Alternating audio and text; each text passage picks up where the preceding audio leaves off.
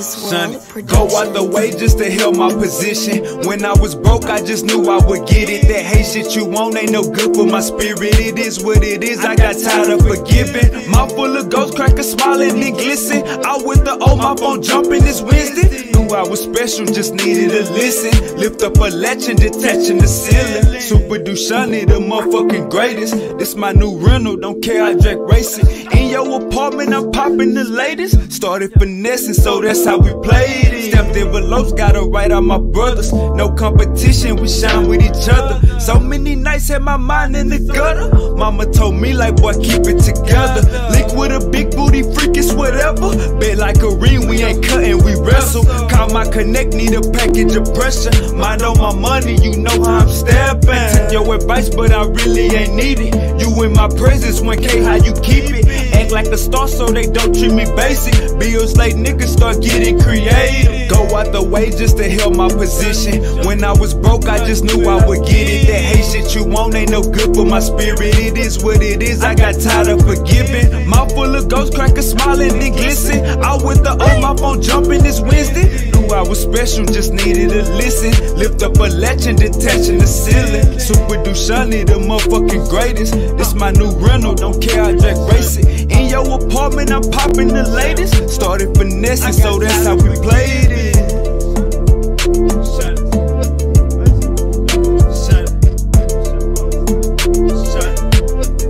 I'm detaching the ceiling.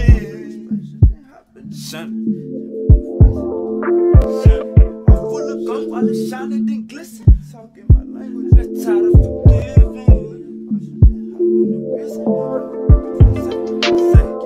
Mouth full of ghost crackers smiling and glisten. Out with the old, my phone jumping this Wednesday. Go out the way.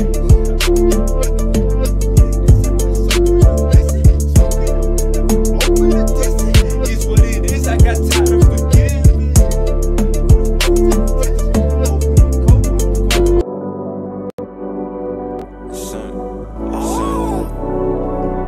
Put a bell, but don't even post it. She got a nigga, but don't even post it.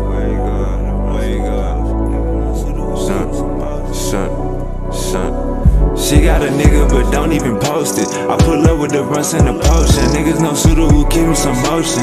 Put a play on a play on a play. Put a bay on a bay on a bay. Screaming free out my bodies upstate. Screaming free out my niggas downtown too. I be high as fuck making LeBron moves. She got a nigga, but don't even post it. I pull up with the runs and the potion. Niggas no suitor who keep him some motion. Put a play on a play on a play. Put a bay on a bay on a bay. Screaming free out my bodies upstate. Screaming free out my bodies downtown too. I be high as fuck making LeBron moves. Should be bad like in no time. Hit a C like it's go time. My bitches in the game like the old line. Hey, and when I come down, you get no shine. Scissors on the backseat like a little kid. Tub been gone for a little minute. Ain't back and forth, I just post a pic with a bankroll, pounds in the mix. I can't parking like pimp. Hey, serving coffee shop him. Hey, got you walking around still. Hey, I'll let cash on him. Then put a bag on the cracker, but you put a bag on him. Hey, for black on black violence. Hey, let's go smash on them. I just paid my rent late on the block near Kimbe. Chopper got a little shake, hit the jerk like Benjay. Money calling me today, I'ma pick up every time. Bro just brought a whole bottle, gon' distribute every line. Shawty came with her ass like the city had dying. Wi-Fi around the trap, this shit like a airline. Shawty came with her ass like the city had dying. Wi-Fi around the trap, this shit like an airline. She got a nigga, but don't even post it. I pull up with the runs and the potion. Niggas no suitor who keep him some motion. Put a play on a play on a play.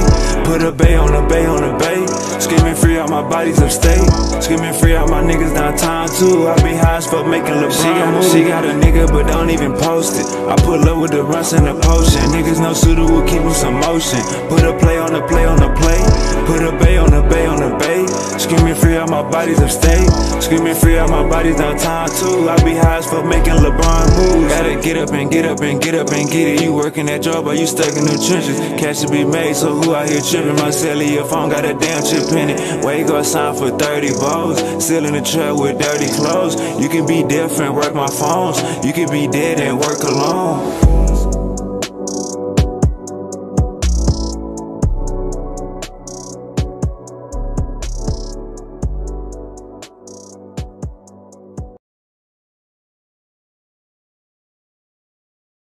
Bumper clot, the boy.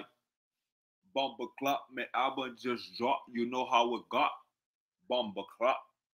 Don't play me bumper clot, the boy. My album may just drop, the boy. Go download my album, there, boy. Go download my album now, there, boy.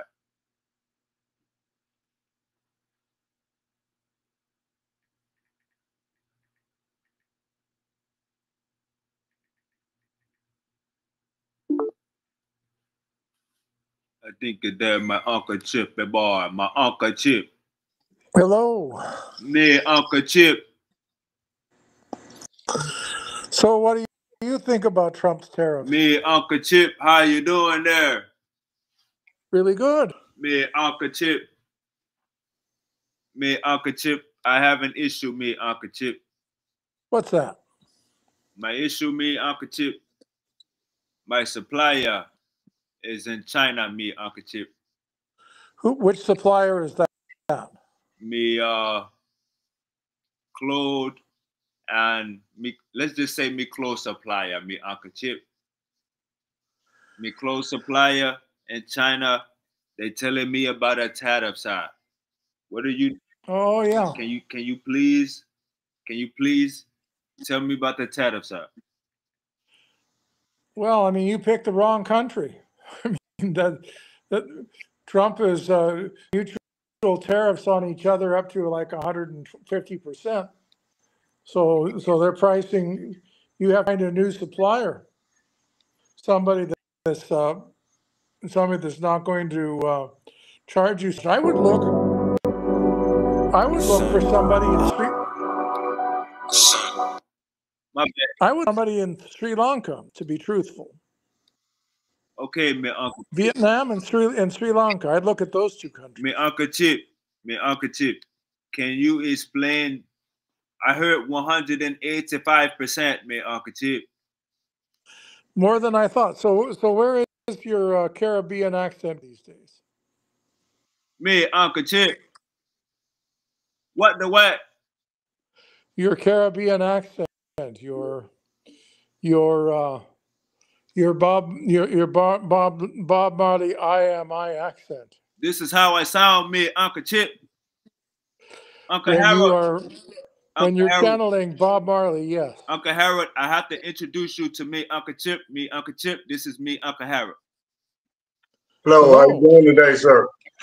Really good. Good. Me, Uncle Chip.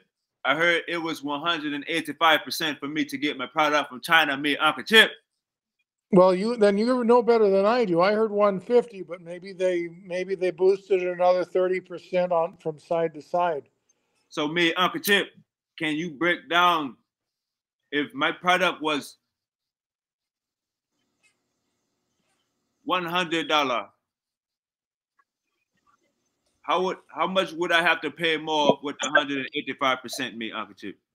That would be you'd have to pay $285 for your $100 order with that tariff. Are you serious, me, Uncle Chip? Apparently so. I mean, from what you tell me, that's what you would have to pay. I by the way, I can put you in touch with somebody who has connections with clothes factories in Sri Lanka. Okay, me, Uncle Chip. Let me tell you my situation. My situation is I already paid for my order, me, Uncle Chip, before May the 2nd, me, Uncle Chip. So it's going to take, a month, maybe 2, maybe 3 for the product to get manufactured and ready for shipping, me, Uncle Chip. So, well, you could get lucky and this could blow over in 3 months. You could get lucky. Come again? I said you could get lucky and they could resolve this or reduce the tariffs tremendously in the next 3 months. Anything can happen. It's not something that people are going to want to have hanging around a long time. So if it takes 3 months to manufacture, then you have paid for that part of the process. And so in 3 months, the tariffs could be gone or they could be greatly reduced. You might have to pay much less in tariff or maybe nothing nothing more than you expected when the stuff finally arrives. But if this hangs on, I can put you in touch with somebody with connections. I know a couple people. I know somebody who has connections in Bangladesh and somebody who has connections in Sri Lanka, and they're both clothes-making countries. So, and I don't think the tariffs would be anything like what they're putting on the Chinese. So so there'd be a couple ways. Okay, so as for today though, I would have to pay that 285 instead of I would have to add 185 more dollars. That's what I understand from what you tell me. Yes. But that's only when your stuff arrives in the USA. You say it isn't made yet, and it isn't shipped yet. Right. So it's only when it arrives in a U.S. port that they apply the applicable duty. So I got to go pick it up and pay the tariff. Well, you either have to pick it up, or you have to, or whoever receives your goods has to pay it, and you have to send them the money to pay for it. Oh, okay. Most likely, I'm gonna have to send it to my plug in China. You would have to pick it up once it gets to the USA. I mean, either you or your agent, or your delivery company, or whoever it is, would end up having to pay the duty, and obviously they wouldn't pick it up unless you paid them the duty. Yeah, I think the process is they tell you how much more it is. The person that's making tell you how much more it is. You pay that to them, and I guess they pay it forward. Because they was telling me they had to fill out a form of what was it and what was the quantity and what was the quality and how much was it priced as. They had to fill out this form for the US, they said. That makes perfect sense. That makes perfect sense. Well, I mean, the thing is that they're not intending, these tariffs are not really intended to jam up, small clothing retailers like you. What they're trying to do is get manufacturing back in the USA. They're trying to get people, and apparently, I mean, it's hard to quantify this stuff, but apparently a number of companies are trying to work around the Chinese situation. Apple, for instance, I just heard today, is moving their manufacturing from China to India in order to have lower tariffs and also to have fewer bureaucratic snafus, because the Chinese have during COVID they shut down so much stuff that a lot of the supply chain was very irregular because of the Chinese COVID practices. And so that affected a lot of people. That was the first shock that happened to China as far as being an exporter.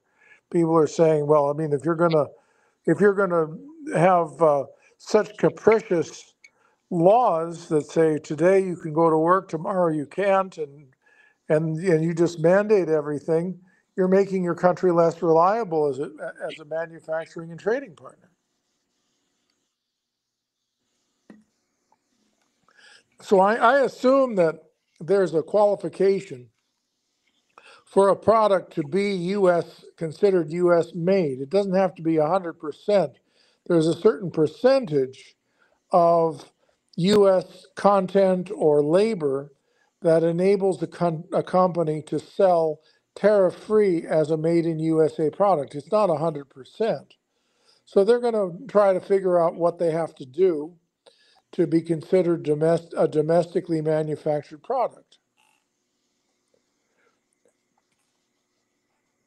Yeah, man, they got to get their shit together, man. I think you need to go and tell Trump, man, he need to relax on them tariffs, because I got some products that's still in the process of coming to H-Town.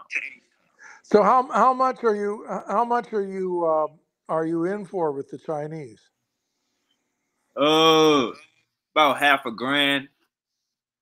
About 500.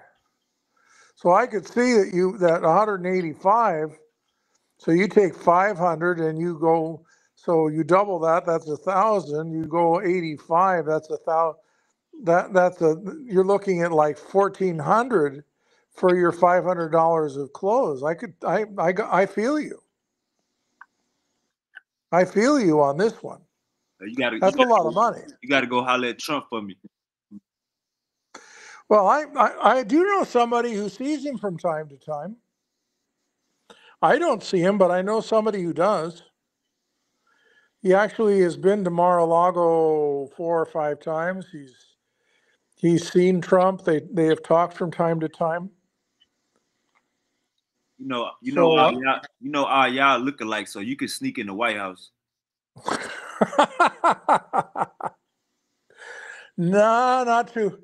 I'm not really very good at a Trump imitation. So what the hell has Elon Musk been? That nigga in the cave? No, he's going back to his business. He's done what he can do in the time he has, but I mean his companies are on fire with all the protests and that. He has to go back to doing business. Oh, he done campaigning. Yeah, I mean he campaigned. He helped Trump to get in there, no question about that. And he lent his name to this Department of Government Efficiency. You know, all of that was costing him money. He didn't get any money for that at all. So he's got to go back to his day job. Hey, I'm gonna tell you this, Uncle Chip. I'm gonna tell you this. I see more Cybertrucks around Houston. I see more Cybertrucks around Houston than I do Teslas. So he is winning because he came out with a groundbreaking automobile, and it is taking the streets by storm. Like that's like the new truck. So what? So does he make the Cybertruck? Yeah. Okay. Well, you know they do well in the South because you don't have the problems. You get the full battery power in the South of whatever charge that you have.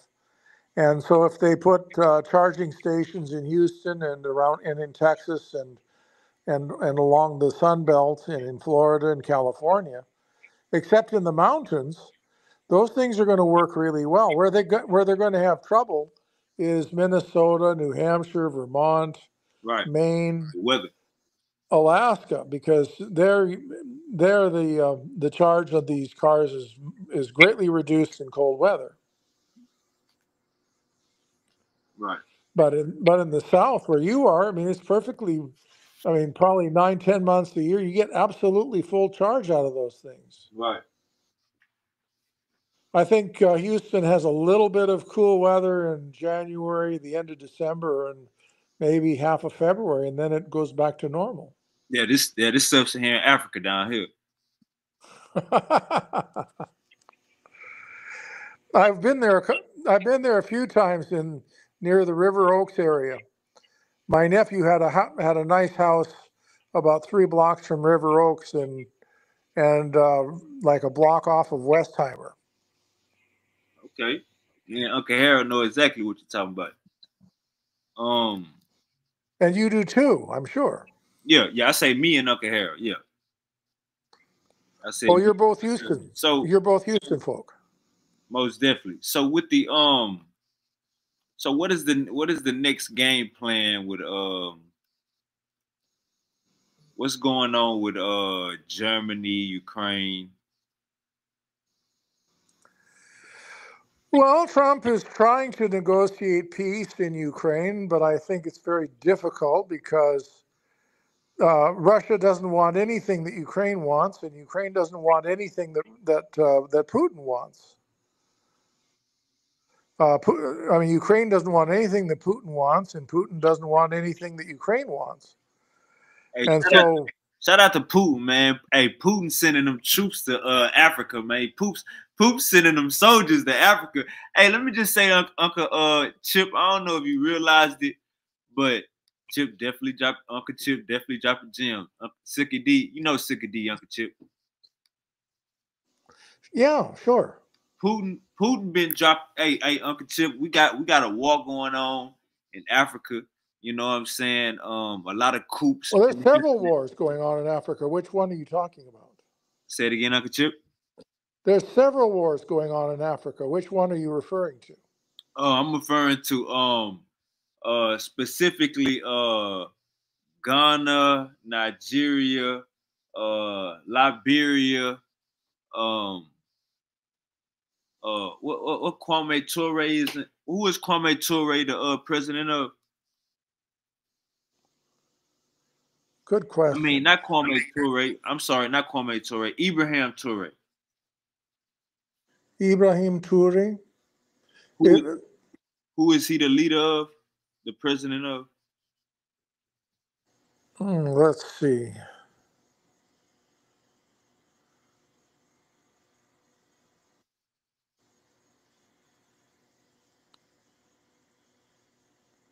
Burkina Faso.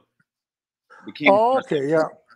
Hey, Trump. I mean, not Trump. Putin been sending them soldiers down to Ghana, Burkina Faso, Nigeria. Putin been sending them soldiers down there because we got intel that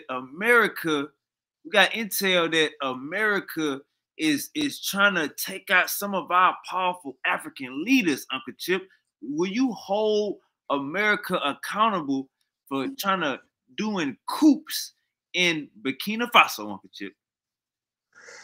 I really haven't. What I've heard about Burkina Faso is that you're getting Islamist activity spilling over from Niger into Burkina Faso. So you have Muslims and Christians that are killing Muslim and Christian intercommunal violence and Al Qaeda in the Sahel and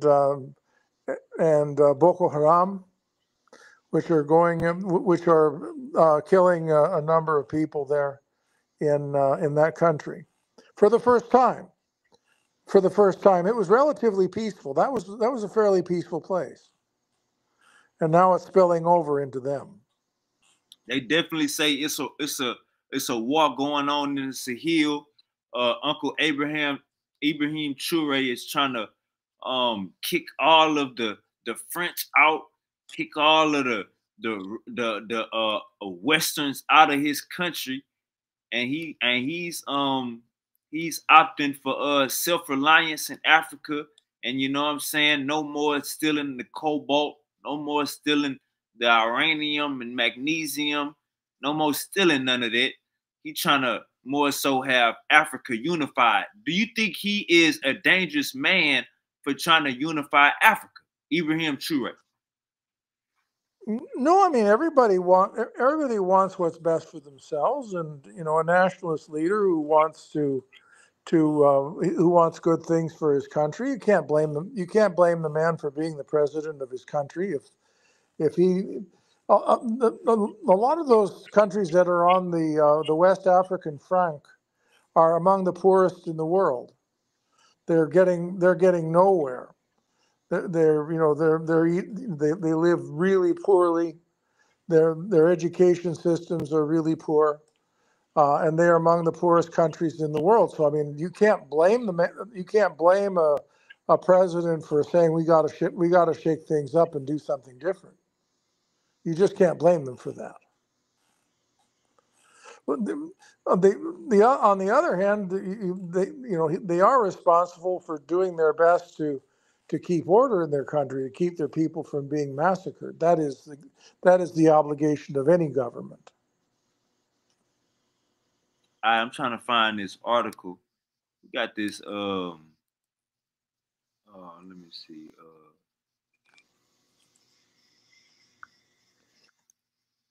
We tend not to get that. You have to read French news sources to find, at least for me, I have to read French news sources to find some of that information. And I don't do it all the time.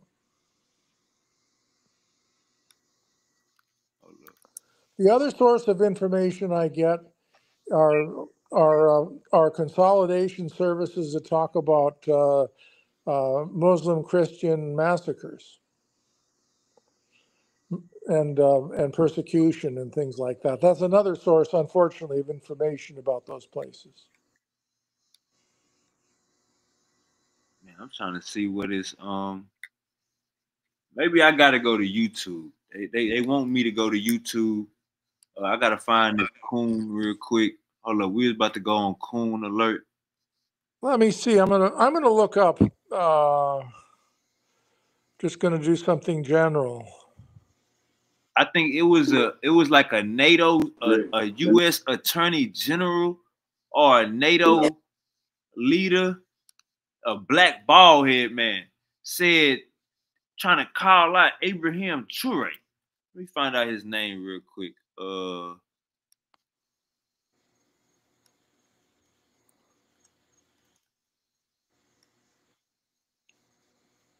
I gotta find that.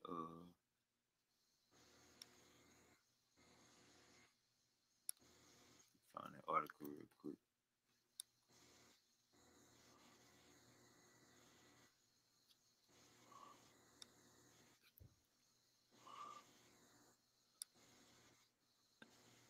So they're saying that the French government is saying the terrorist threat and the risk of kidnapping is very high on most of the territory of Burkina Faso. Because of these large tensions, various provinces have launched a state of emergency, especially in the north, east, and the west of the country. I got his ass. So I'm looking at a French government source. Let's see what they say. Hold up real quick, Uncle Chip. I got him. All right, so this now we about to give a house nigga a DP real quick. You know what I'm saying? Let's give a house nigga a DP. Everybody pay attention and get your popcorn. What's a DP? Oh, what'd you say, Uncle Chip? What's a DP? He getting a little roughed up. You know what I'm saying? Ain't go breathe on him a little bit. You know what I'm saying? Like football practice. All right, so check this out. This right here, this guy right here, I got my mouse on. This guy to our right. This guy to our right, to the pitcher's left. This right here is what we call a house nigga. See this guy right here? His name is General Michael Langley, head of United States Africa Command. Now, brother, ain't no damn ally. You is not an ally. You is a house nigga. Now, let me tell you why he a house nigga. This cat, General Michael Langley, trying to call out OG Ibrahim Ture and saying he's spending the money illegitimately. He's spending Burkina Faso's funds on the military. What they got to do with your bald-headed ass? You mind your goddamn business. You mind your goddamn business and act like we got a goddamn peace treaty. You know damn well they've been taken from us. So if a coup, if Burkina Faso's president, Ibrahim Ture, if something happened to him, Powerful Bills Only, you heard it here first. Look no other than to this goddamn gatekeeper, house nigga, what else do we call these type of niggas? What is you? What is you, nigga? You is not like us, and you is not for us. You snitching to the white man about what we doing with our goddamn money. If we want to build our goddamn military, nigga, that's the fucked up part, nigga. We never had a goddamn military. So that's what the fuck we trying to do. You stay your bald head ass out of our goddamn business. Look at him. He looks scared. Look at his face. Look at his goddamn face. This is what we call a house nigga right here. Certified house nigga. You snitching on your African brother, talking about we spending Ibrahim. We need to look into Burkina Faso. We need to look into Ibrahim Ture. He's spending too much money on the military. Nigga, that was the goddamn problem. You mad we trying to spend money on our goddamn military? That way if a fucking invasion happened or a coup happened, we all on the same goddamn page. That's why Ibrahim Traoré walk around with that goddamn gun on his waist. Because he don't be having time for the bullshit. And we don't be, hold up, Uncle Chip. My bad, Uncle Chip. You fell off? My bad, Uncle Chip. I fell off, but I'm in now. All right. So, yeah, we don't be having time for that goddamn bullshit. So look at House nigga. What's his name again? Let me say his name again. His power in saying the name. General Michael Langley. Rat. Everybody put a rat emoji in the chat. General Michael Langley. Nigga, a whole rat. How you snitching on your brother? We come from the same struggle. You snitching so what is the guy supposed to have done? Say it again, Uncle Chip. What is he supposed to have done? General Michael Langley. Right. Mind his goddamn business. Well, he's the U.S. general, right? Yes, sir. So what is he? So what is the? What's his job as a U.S. general? Where is he serving? If Uncle Chip, if his job is to snitch on Africa, that's why he getting a DP. So what? So how can you snitch on Africa? I mean, it's a continent. How do you snitch on a continent? You ain't just hear what I just said, Uncle Chip? He said Burkina Faso's president, Ibrahim Traoré, is using his money illegitimately. Oh, okay. Well, I mean, you're seeing it in what publication? Let me pull up the article. I got you. It's actually a video where he was at like the Pentagon or something making a statement. Let me look it up.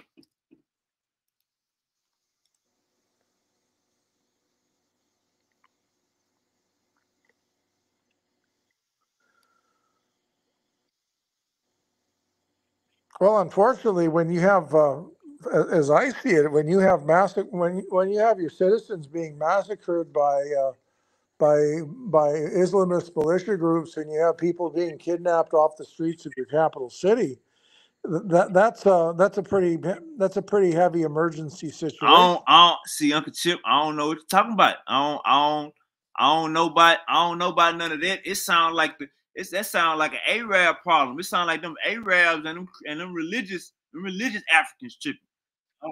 Well, there is. Well, yeah, but they have a religious dispute going on between the Islamists and the Christians in Burkina Faso. Yeah, but that's not like the war that's going on right now in Burkina Faso, Uncle Chip, is they finding moles, they finding rats, they finding all kind of. Man, you know how many times Ibrahim Traoré, they tried to attempt on his life the past 8 months, Uncle Chip? Well, I mean, obviously they got real problems over there. But when somebody is trying to kill you seriously, I mean, you know, maybe the guy is channeling his inner Donald Trump. You know, they're firing away at him. It's like the OK Corral. Oh no, this what I was saying earlier, Uncle Chip. I was saying is word that America is, and the French, I think, is behind sending these coups into Burkina Faso, trying to get rid of Ibrahim Traoré. The word on the street is that America got something to do with sending them coups into Burkina Faso. I'm saying, do you think America should cut that shit out, or you think they ain't got nothing to do with the attacks on Ibrahim Traoré's life right now and in the past? I have to tell you that I think if you walk down the street and you asked 100 people who Ibrahim Traoré is, or even where Burkina Faso is, or what's around there, I'll bet you that you won't find more than one person in 100 who'd be able to answer either question.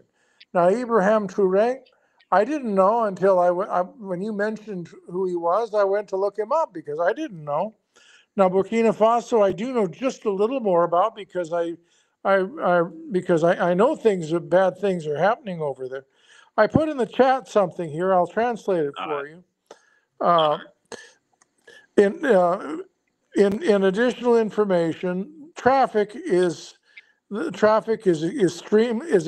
extremely not advised after 9:30 at night on the following streets of the downtown of Ouagadougou: the Avenue of Independence, the section situated after the intersection with Avenue G. Ouedraogo, Avenue of the Grand Chancellery, Avenue Kizerbo, Avenue of Burkina, the intersection with Avenue Charles de Gaulle. So it sounds like most of downtown, they're saying, don't even think about traveling there after 9:30 at night, that you run a very high risk of being kidnapped off the street in the capital city. So that's a high level of insecurity. In the capital city of that- what? Of Burkina Uncle Faso. Chip, Ouagadougou. Uncle Chip. If you take your ass to Brownsville, if you take your ass to Corpus Christi after 10 o'clock as a black man, nigga, your ass is in trouble. Or as a white man, your ass is in trouble. If you go close to the border, right by Mexico, Uncle Chip, your ass is in trouble. That is a goddamn a light up, light down. It's what they call it, sundown town. Once you start going into close to the border, but still in Texas, but close to Mexico, it's like that over here, Chip. Uncle Chip. I'm still here. I'm just looking for something. All right. I'm just looking for something. I'm trying to find that General Langley speech, because he definitely was popping it. All right, let me get on YouTube. I gotta go to YouTube, y'all. I didn't want to go to YouTube. I gotta go to YouTube. I bet YouTube gonna show me a short with him breaking it all down. But as black Americans, we should be angry about what General Langley said, snitching on Ibrahim Traoré. Well, Corpus Christi is a little higher than the national average. It's 7.3 people per 100,000 population. It's a little above the national average, but the national average is 6. 6 per 100,000 is the national U.S. average. Now, in my town, it's 1.5. So I live in a very secure city. But Corpus Christi is not that far out of whack. If you compare that to Baltimore in 2022 was 54 people for 100,000 population. That's getting close to a war zone. And it went down a little bit this last year. Baltimore went down to 46 for 100,000. But that's still one of the top 3 most dangerous cities in the USA. All right, let's check out this video real quick, Uncle Chip.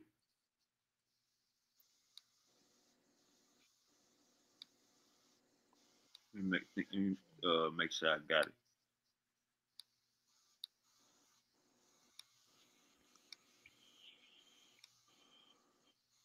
From power basically terminating his image. Once again, General, I will say that shame on you. On April. Hold on real quick.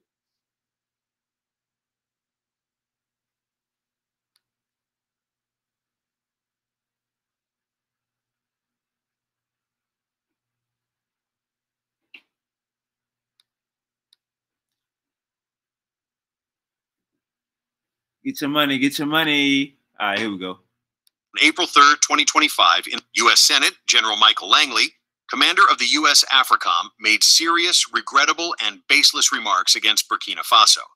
Under the pretext of mentioning regional dynamics, he asserted without... Damn, I want the damn... Hold up. All right, here we go. This shit is 2 hours. Hold up, let me break it down. Well, we could learned. Would we be exponentially better? The greatest concern to U.S. security and also to regional stability in the area with regard to the actions that we are observing with the Chinese. Sir, I see 3 lines of operations by the CCP. One from geostrategic and their basing initiatives.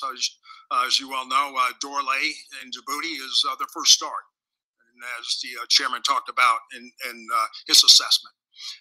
Then also other basing initiatives across the continent of Africa.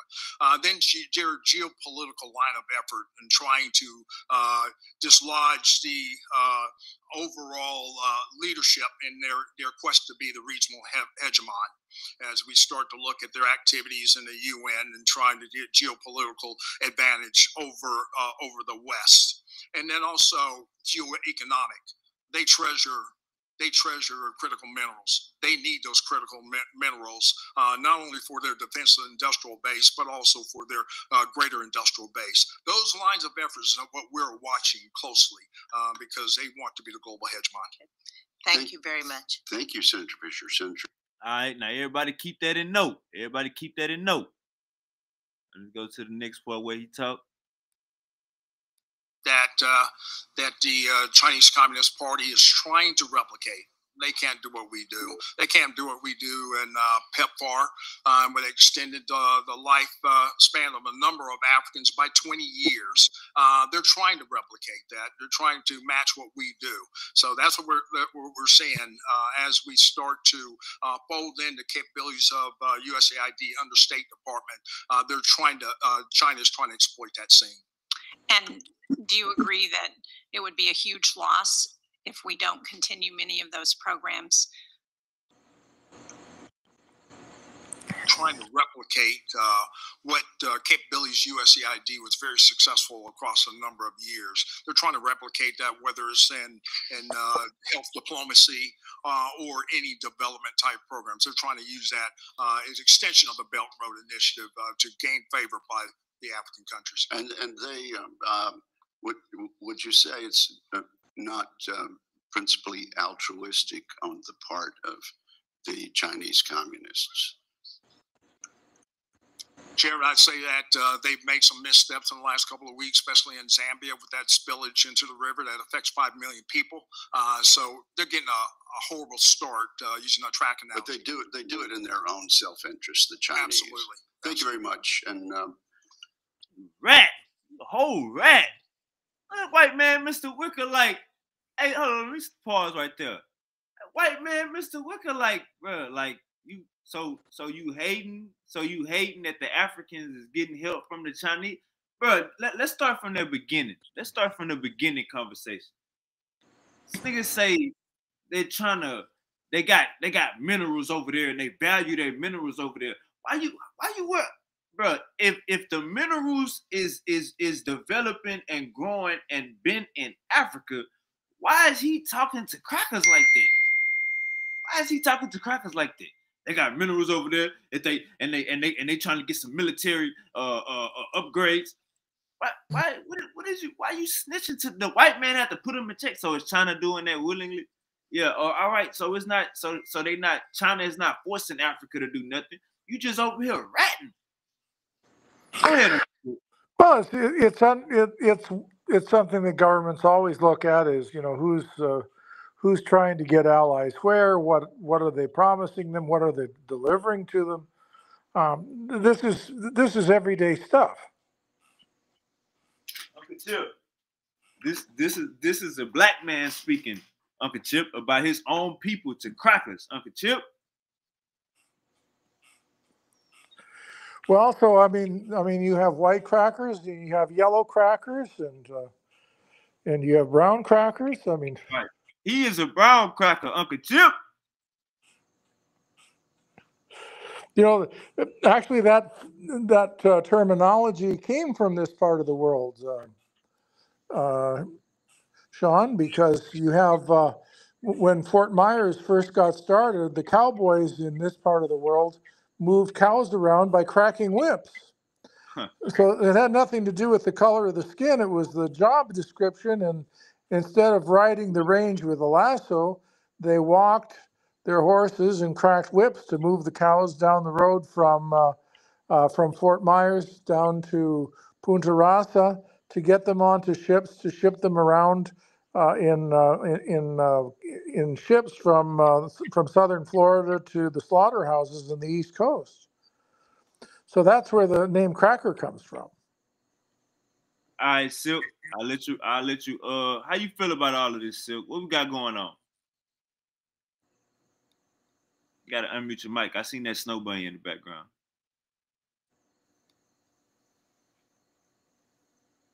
Gotta unmute your mic, Silk. My mic is on mute. Now I'm talking about Silk. Okay. Silk, you there? All right, we'll come back to you. All right, Uncle Harold, you there? I see you keep dropping. All right, yeah, Uncle Harold dropping off. I don't know, Uncle Harold. You got to get out the Android, Uncle Harold. It's probably the Android. Uncle Chip, you got an iPhone? Yes. Yeah, I got a. All right. Mic check, mic check. All right, go ahead, Silk. Hear you.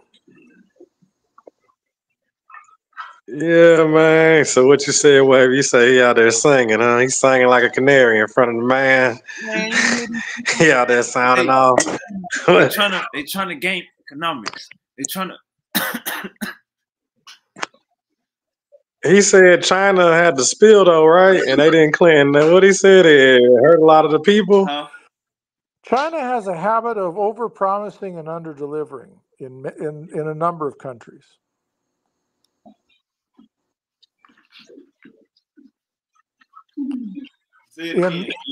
I said China was going to do a canal through Nicaragua, go through Lake Nicaragua, a place I've actually been, and run a canal through Lake Nicaragua out the other side from the Atlantic to the Pacific, and they thought it would be much bigger and much easier to do than the Panama Canal.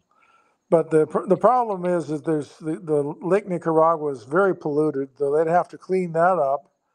And then they found problems with introducing fish from the Pacific to the Atlantic, and introduce invasive species of fish and plants into Nicaragua that would cost them potentially huge amounts of money to deal with once the ships bring these invasive species out from one ocean and bring them to another. And they hadn't figured out that side of things, which is less a problem in the Panama Canal because of the lock system. They're moving things up and up and up, and a lot of this stuff gets washed out along the way.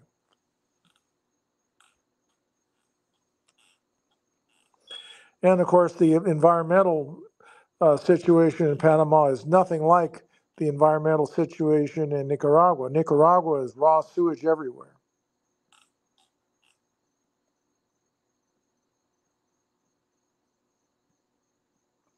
And that was a Chinese project. They announced it, they promised big, then they dropped out, then they came in, then they dropped out. They're overextended and underfunded.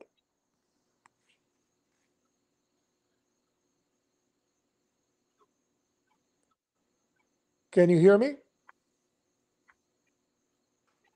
Yeah, let me share my screen. Are there success stories for the citizens of African countries when these larger, more prosperous nations or companies from more prosperous areas come in and exploit these minerals? What I'm asking is that does it ever redound to the benefit of the citizens there in Africa? Chairman, there's very few cases. You hear this goofy? You hear this goofy? China over there building freeways. The white man just asked this house nigga, do you think what any of these countries are doing over there is benefiting the citizens? He gonna say in a few cases, bro. You're not even over there. Look at your head. You look like a brown M&M. You got an M&M head. Listen to this goofy. You don't even know what's going on. How you gonna speak for us? When the Chinese Communist Party is outed on them pulling out raw materials, not benefiting the populations of the host country, they've been trying to come up with ways how they can stay there and process only at the protests of the people of these African countries that host these mineral resources. All right, so when they end when they end their citizenship, it is time for them to go. But brother, you can't say what these other countries are doing are not helping the citizens, brother. You make no sense, brother. When they bring these cars over here, when they bring when they build these railroads and schools and colleges, come on, brother. You gotta cut it out. You being a coon in front of all of these white folks, brother. Get him, Uncle Chip. Well, I have to say, I don't know that much about Burkina Faso to know what actually is going on with the development. Let's take a look and see if there's anything there that that can tell us. All right.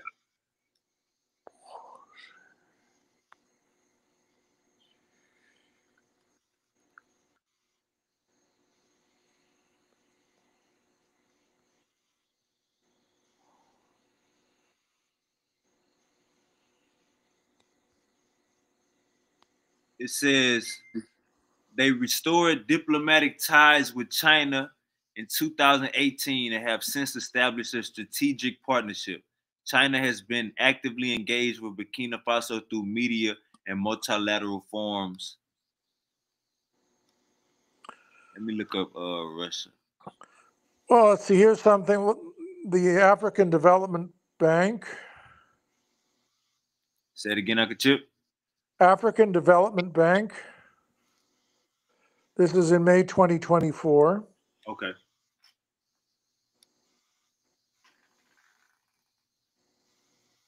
Oh, you want me to look it up, or you was gonna read?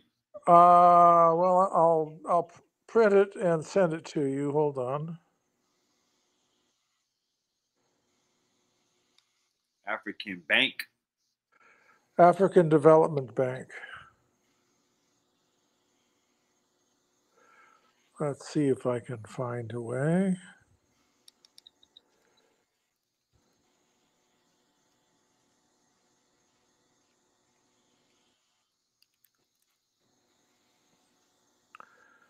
Okay, Burkina Faso and the African Bank of Development have proceeded on the 21st of May 2024 in Ouagadougou. The simultaneous launch of Project 2 of a program of reinforcing the resilience against food insecurity and nutrition in the Sahel, including Burkina Faso, and the integrated project of developing chains of value of corn, soy, fowl, and fish. The launch ceremony was presided by Amadou Diko, Minister Delegate to the Minister of the Burkina Minister of Agriculture, Animal Resources, and that word I'm not quite sure of, Ariutik.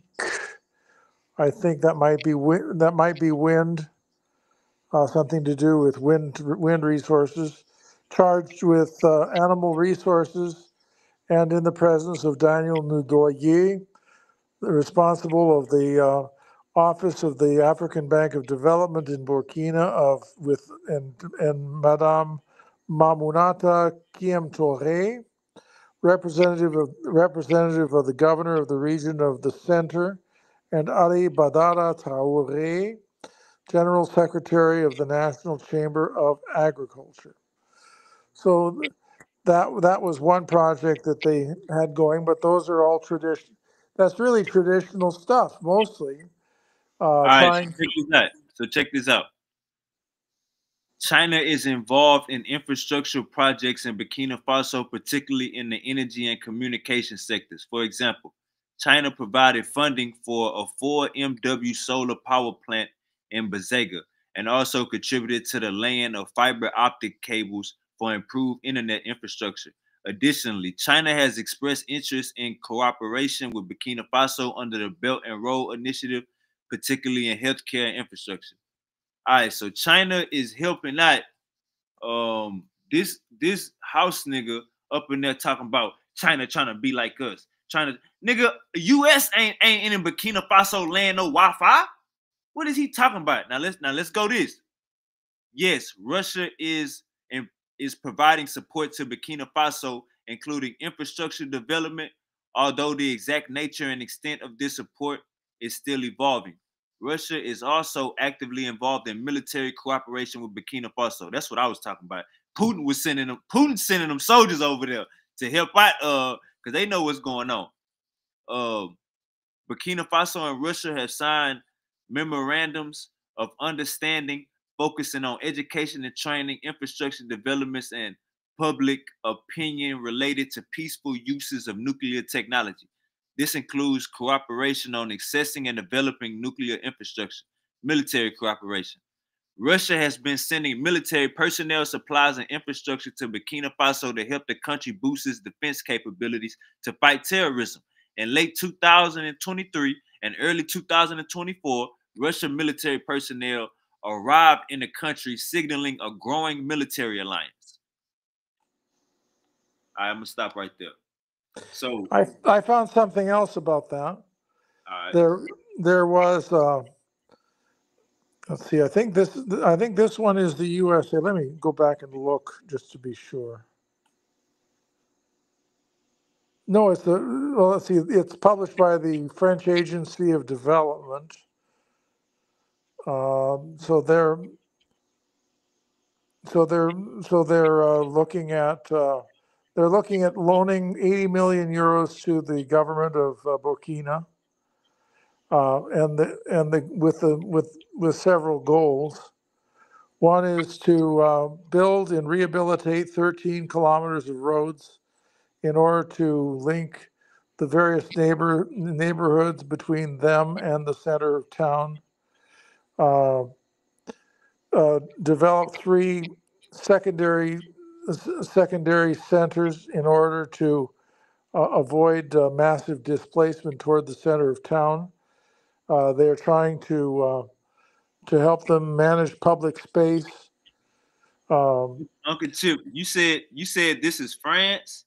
This is a French aid agency that's doing 80 million euros of this stuff, and they're also check this out, Uncle Chip. Burkina Faso don't want France help. Check this out. Burkina Faso has been actively working to reduce its reliance on France, including terminating a military agreement and withdrawing French troops. This has been occupied by a shift towards closer ties with Russia and other countries in the region. In January 2023, Burkina Faso's military government officially terminated its military agreement with France. The decision followed a period of growing anti-French sentiment in the country, fueled by demonstrations and attack on French cultural centers. Burkina Faso has been actively seeking military ties with Russia, even sending delegations to Moscow for discussions. Burkina Faso has accused French officials of espionage, leading to arrest and expulsion. The country continued to seek closer relations with Russia and other regional partners, while also engaging in ongoing efforts to address the humanitarian crisis and secure the country from terrorist groups. So, Uncle Chip, I don't know if you understand what's going on in Burkina Faso, but they trying to kick the French out. They trying to kick the U.S. and the French out. Matter of fact, Africa as a whole trying to kick the goddamn French, Dutch, and U.S. all them Western ties out. They only. Well, I don't think they're going to complain about. I don't think they're going to complain about road work or developing central business districts or putting in drainage in drainage ditches or clearing away debris, planting trees, and things like that. Chip, my people is accusing the French of espionage, so the French need to get the hell out. Accusing the French of expulsion and espionage. So what are the French going to discover while they're planting trees for public parks and gardens? Are they going to are they going to find military secrets somewhere under where the earthworms are? This is what I'm saying. When they move the earthworms, are they going to tell the military secrets? This is what I'm saying, Uncle Chip. This is what I'm saying, Uncle Chip. If you got a lawn care provider, right? You got a lawn care provider, you pay them every 2 weeks. You know what I'm saying? Sure. And this lawn care provider is, you got a shed in your backyard. You got raw materials in your shed, right? You got metals in your shed, gemstones, all type of stuff in your shed in the backyard. Now this lawn care provider is coming over every 2 weeks. He's making your yard look spotless. He's cleaning up the trees. The bushes. He's shaping the bushes into cartoon characters. He's doing everything. He's carving your name into the grass. Uncle Chip, once you find out that he doing all this goddamn great work, you go into your shed, you start seeing stuff missing. One by one, after he coming back, you going into your shed, you still seeing stuff missing, Uncle Chip. It don't matter how nice he making your goddamn yard, Uncle Chip. He's stealing from you. So it don't matter how nice the French is making freeways and roads and drainage. If they stealing from us, if they commit espionage and treason, then they got to get the hell out and go back where they came from, Uncle Chip. It's only right. Well, I think that it's that you're looking at the theater and you're not necessarily looking at the reality. The reality is that they've got to improve. Now, whether they join up with the French militarily or they join up with the Russians, in the long scheme of things, for Africa, it doesn't. I mean, those people are so damn poor they can't pay attention. So, Uncle Chip, who is bored? They can't pay attention. They are so poor they can't pay attention. Uncle Chip, no, that is not true, Uncle Chip. You gotta ask yourself why they poor. It's because they've been getting raped and pillaged and plundered, Uncle Chip, by other countries. Well, there's going to be some of that, but Burkina Faso has been, that part of Africa is the poorest area in the world.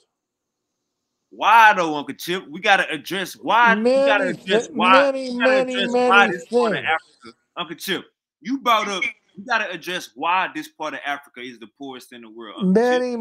Many things. Culturally, political development, political history. There's lots and lots and lots of reasons why. It's only one reason that I can think of, Uncle Chip, and that's because they've been placed at a disadvantage by slavery, Uncle Chip. Sub-Saharan, the Atlantic, the Pacific, all of them goddamn slave trades winded through Central and West Africa, Uncle Chip.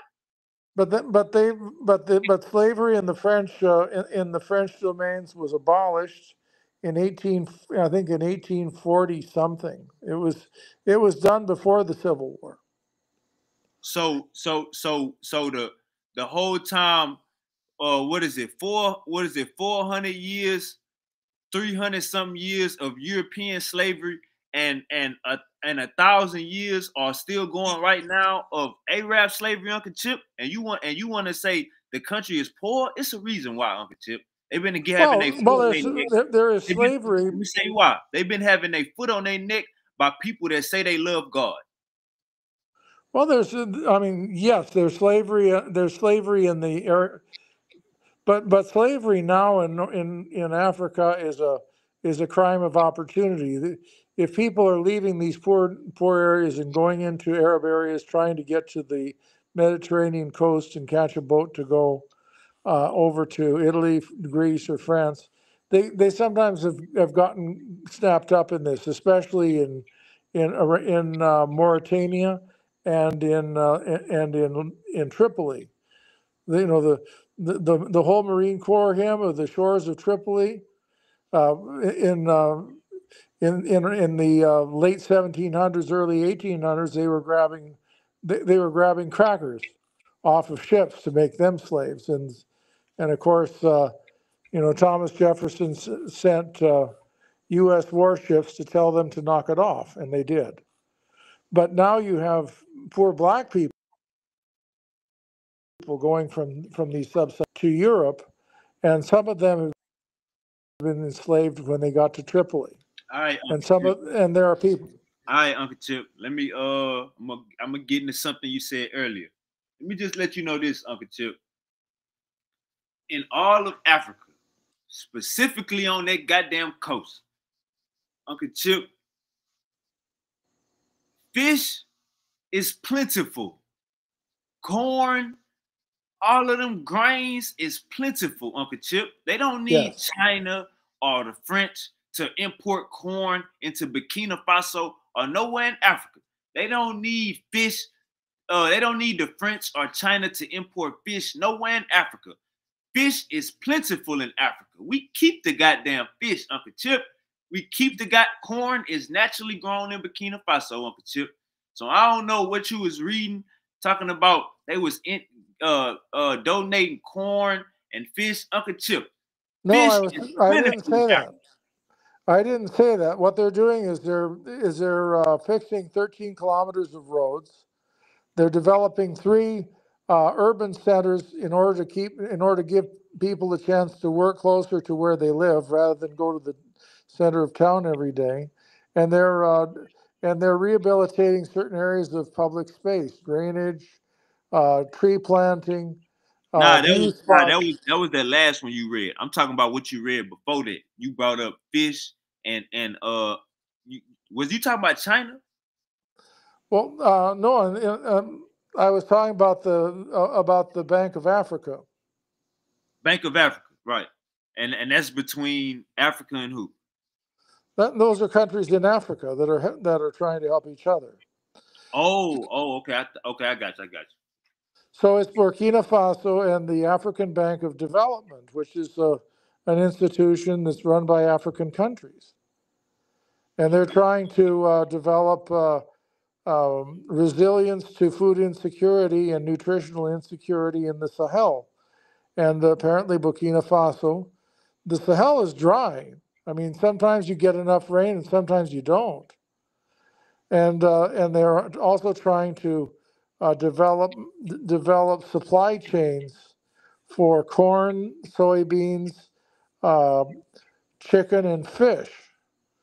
But I think Burkina Faso is landlocked. I don't think they're on the coast at all. No, I was speaking of Africa and basically that area. Yeah, but I mean, you can't generalize. Why you can't generalize, Uncle Chip? If fish, hold on, real quick. Let me show you a map of Africa, real quick.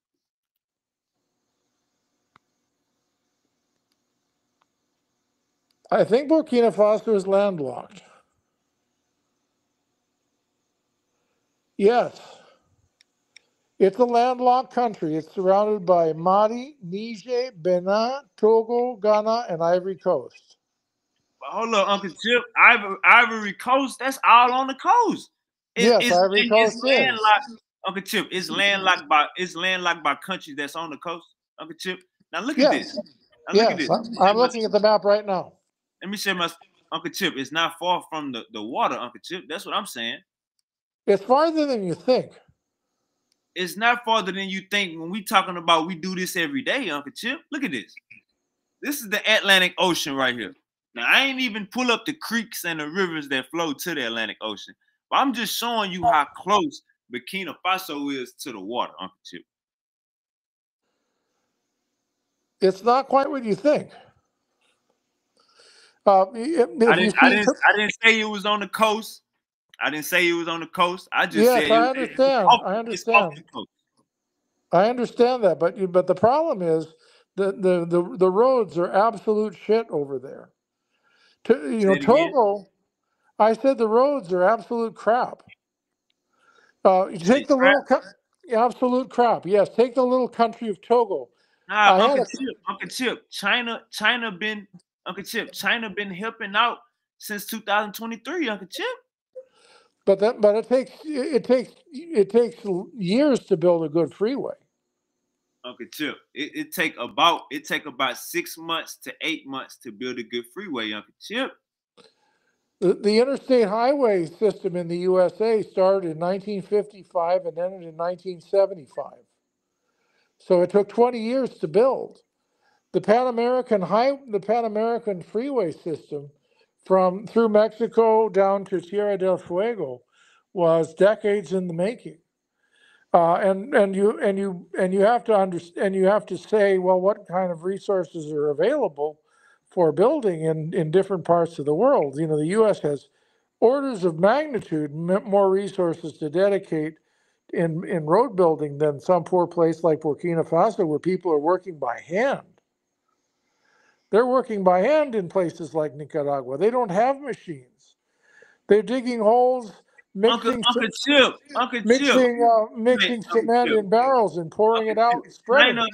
Uncle Chip, China is in Burkina Faso right now. It's not what you think, Uncle Chip. Well, my cousin, actually my second cousin, was married to the head of station of the CIA, and their last tour of duty before they went to Paris was in Togo. He was the ambassador of Togo. Togo being a small enough country that they don't have a political appointee. They have a regular Foreign Service officer who's appointed the ambassador of the place. And they told me that travel from the coast in Togo to the end of the country took 2 days. It took 2 days to travel. It took 2 days to travel something like 200 miles. All right, Uncle Chip. Burkina Faso has 3 main rivers: the Black Volta, the Red Volta, and the White Volta. The White Volta goes through Gabon, Ghana. The Black Volta goes hold up. The Red Volta goes through West Africa. The White Volta goes through Ghana and Ghana main waterway. Uncle Chip, this is what I'm telling you, Uncle Chip. Fish is plentiful in Burkina Faso, Uncle Chip. Fish is plentiful all around Africa. We got plenty of fish. You have to ask what the state of the water is. Pink fish. What color fish do you need, Uncle Chip? We got it all for you in Africa. 1 fish, 2 fish, red fish, blue fish.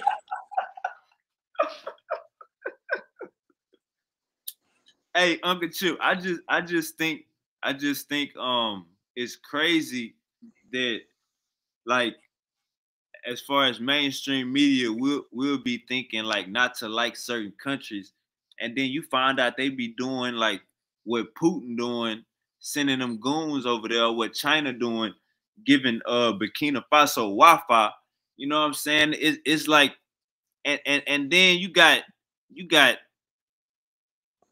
them trying to kick out the French, kick out the Dutch, kick out the English. Well, they're perfectly free to do that. I'm not sitting here. I'm not sitting here praising the French.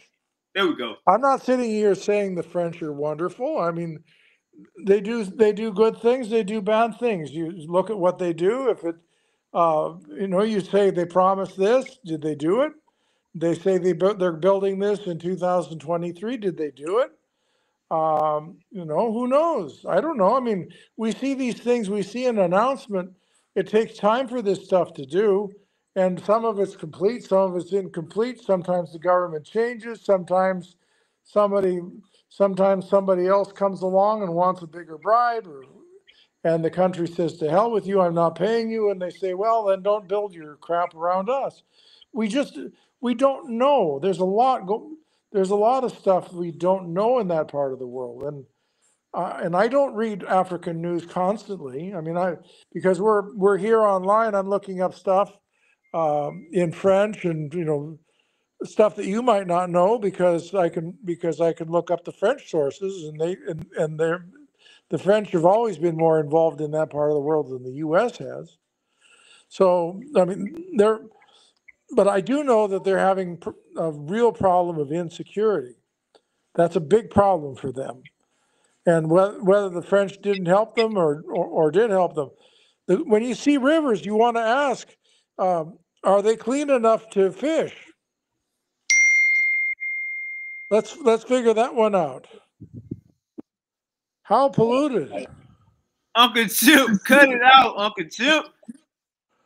If that's the case, the damn Atlantic Ocean is polluted for all them damn U.S. ships coming through here, polluting our goddamn water. Uncle Chip, are you serious? Yeah, you have to know what the state of the environment is. Uncle Okay, Chip, here, listen to this. Listen to this. all right. In Burkina Faso, mercury and cyanide, highly toxic chemicals used in mineral processing, are ending up in the country's surface and groundwater, condemning current and future generations to terrible water problems and a health catastrophe. This is from 2023, December 2023. Yeah, that's all right. So look right here. We got black voter going right off in the Ivory Coast into the Atlantic Ocean. We got the white voter going right through Ghana, going into the Atlantic Ocean. And they got the red voter cutting off right here. But talk about a overlux of fish, Uncle Chip. We talking about we can eat for days.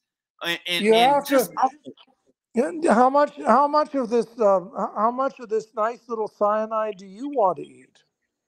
Say it again, Uncle Chip. I said, how much cyanide would you like for your breakfast? Oh no, Uncle Chip, that's propaganda. That's fake news. See what we No, gotta it's not understand. fake news. This is what we gotta understand, Uncle Chip. This is what we gotta understand. What we gotta understand, Uncle Chip, is that if it's anything getting spilled into our waters, it ain't us doing it. We ain't the adventurous type. That is not, you know what I'm saying, what we own, Uncle Chip. You know what I'm saying? This is a government publication. That's these cargo ships. Remember the cargo ships ran into the bridge? That's these cargo ships, Uncle Chip, that's messing up. I'm looking at the water. I'm looking at the water. Believe me, you would not go fishing. What water are you looking at? I'm going to send this to you. Nah, just tell me what you're looking at. What river? What land of water? I mean, well, let's see if I can figure this out. I'm looking at two pictures of water in Burkina Faso. Let's see what they have.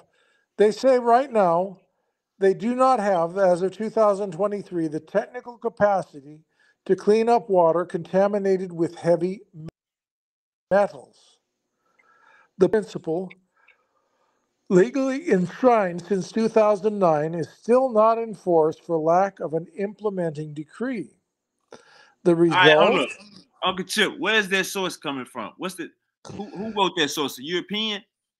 No, it's Mines. Let's see, who is this? Right. Who the hell is that? Hey, Wavy. Hey, Wavy.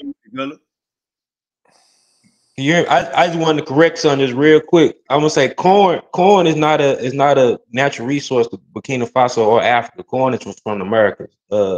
Pearl millet, sorghum, and cotton is a natural resource to that area. Like corn is not from Africa at all.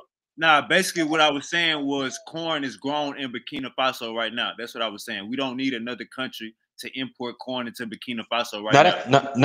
It's probably sorghum though. Sorghum is related to corn. It kind of look like corn, but it ain't really corn. I already looked it up. Corn is grown in Burkina Faso right now. Oh yeah, probably from the Colombian exchange, some shit like that. A long time ago. But Burkina Faso is a big gold producer. Gold production has enabled Burkina Faso to become a mining giant, rating 5th in Africa. Yeah, they got a lot of mining there, like a lot of different minerals and shit like that. Gold produced industrially in Burkina Faso contributed almost 15% to government revenue in 2020, compared with 19.5% in 2021, according to reports by the Extractive Industries Transparency Initiative of Burkina Faso. Now here's what their national government says. Hey, when you're done, you got to break that down. When you're done, you got to break that down, Uncle Chip. 20% of their budget is gold. Okay. And then they say the process for producing gold produces 2 grams of mercury for every gram of gold, which goes into the environment. Mercury is a heavy-duty pollutant. And this is from the National Water Policy document published by the Ministry of Agriculture, Water Resource, Sanitation, and Food Security of the country. So it's Burkina Faso reporting the escape of mercury into their soil and water. So it's not the French. It's not the French who's spilling the bullshit. The national people are talking about it. So you saying to make the gold they spilling mercury in a is that what you saying, Uncle Chip? Yes, mercury and cyanide. So they spilling mercury and cyanide into the water in order to make the gold. That's what you're saying, Uncle Chip? Yes. All right, I'm gonna have to look that up, but just to get a little understanding, who wrote that article that you got? What is his name? Do he have an African name or a European name? Looks like an African name, Eli Kabor. He must be compromised, Uncle Chip. He tripping. Well, I don't think he's tripping. I think this is a real story. So let me ask you this: what you think will be the solution to that issue? The solution to the issue is bringing technology to Burkina Faso to clean up the waters of the country, to water treatment to get rid of the mercury and the cyanide, and to restore the water something to where the fish that the one fish, the red fish, the one fish, two fish, red fish, blue fish can grow in those rivers. All right, so Uncle Chip, in that article, what body of water are they say that is getting polluted? Well, they're not being specific, but they're talking about they're talking about the country's surface and groundwater. The surface water certainly includes those rivers they're talking about. Uncle Chip, he just pleading for help. You know, some of our people will beg, Uncle Chip. He just pleading for help. That's all he wanted to do. He just wanted to plead for help. Well, let's see. So they're talking about in 2001, they adopted law number 002/2001 on the orientation law for water management, which had the merit of establishing the principle of financing the water sector through a parafiscal tax. They in 2009, they passed another parafiscal tax known as the Water Financial Contribution financière en matière d'eau for the benefit of water agencies. The tax has three components: a tax on the abstraction of raw water, a tax on water pollution, and a tax on changes to the water regimes. According to Mustafa Congo, Technical Secretary for Integrated Water Resources Management, the CFE is a mechanism for sovereign and sustainable financing of measures to protect and safeguard Burkina Faso's water resources. But of the three components, only the user pays is optional, is in operation. The other two have not been applied for the lack of an integrating decree. I mean, there's a lot of inertia in these places because 20% of the budget is a big number. That pays for a lot of bribes, it pays for a lot of politicians, and they say, we can delay this or slow walk these laws. And All right, Uncle Chip. I got you. Now, I got a source that's gonna combat your source. You ready?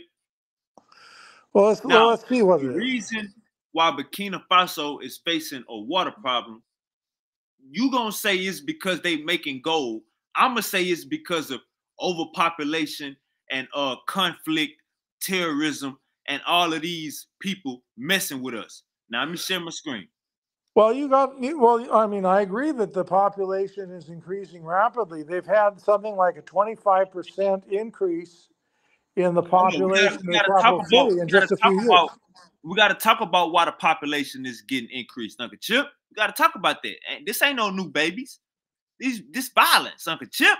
We talk about violence right now. Now let's go. Well, but the violence doesn't have anything to do with it. I mean, young people are violent too. Uncle Chip, you said we was making gold, causing the water to be bad. I'm showing you it's because of violence. Now this is my source right here. It's on the screen. Since 2018, the Sahel region of Burkina Faso has been plagued by violence between various armed groups and the Burkinese armed forces. The fighting has created a serious humanitarian crisis with large-scale displacement and the arrival of refugees from neighboring Niger and Mali.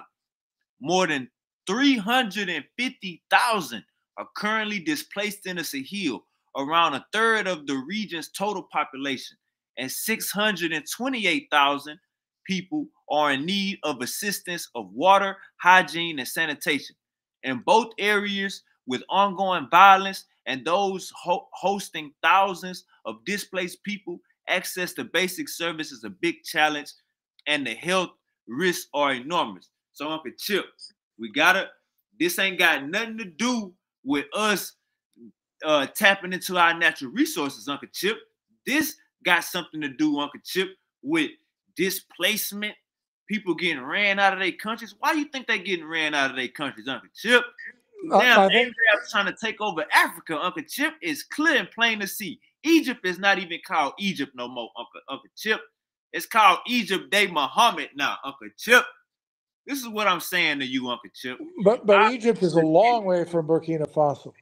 I'm just letting you know how the invaders come in. They come in and start switching shit around. Now your TV is where your couch is at, and your couch is where your TV was at. But like I was saying, Uncle Chip, what we got to understand is this displacement is messing with the government, Uncle Chip. It's messing with the natural resources. It's messing with everything. We got 24. Imagine, Uncle Chip, you trying to cut your grass and the drive-by going on. Goddamn helicopter dropping aid going down. You got hit with a care package, Uncle Chip. Imagine all this going on. All you trying to do, Uncle Chip, is cut your grass, Uncle Chip, and wash your car. I guess I have to send a few magazines downstream to clear the people out of the way so I can get the rinse and the wax in the car. Uncle Chip.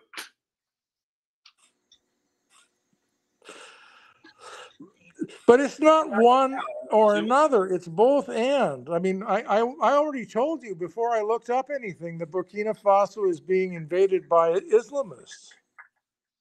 And so they're being polite in the source you use. They talk about armed groups like Al Qaeda in the Sahel, and armed groups like Boko Haram.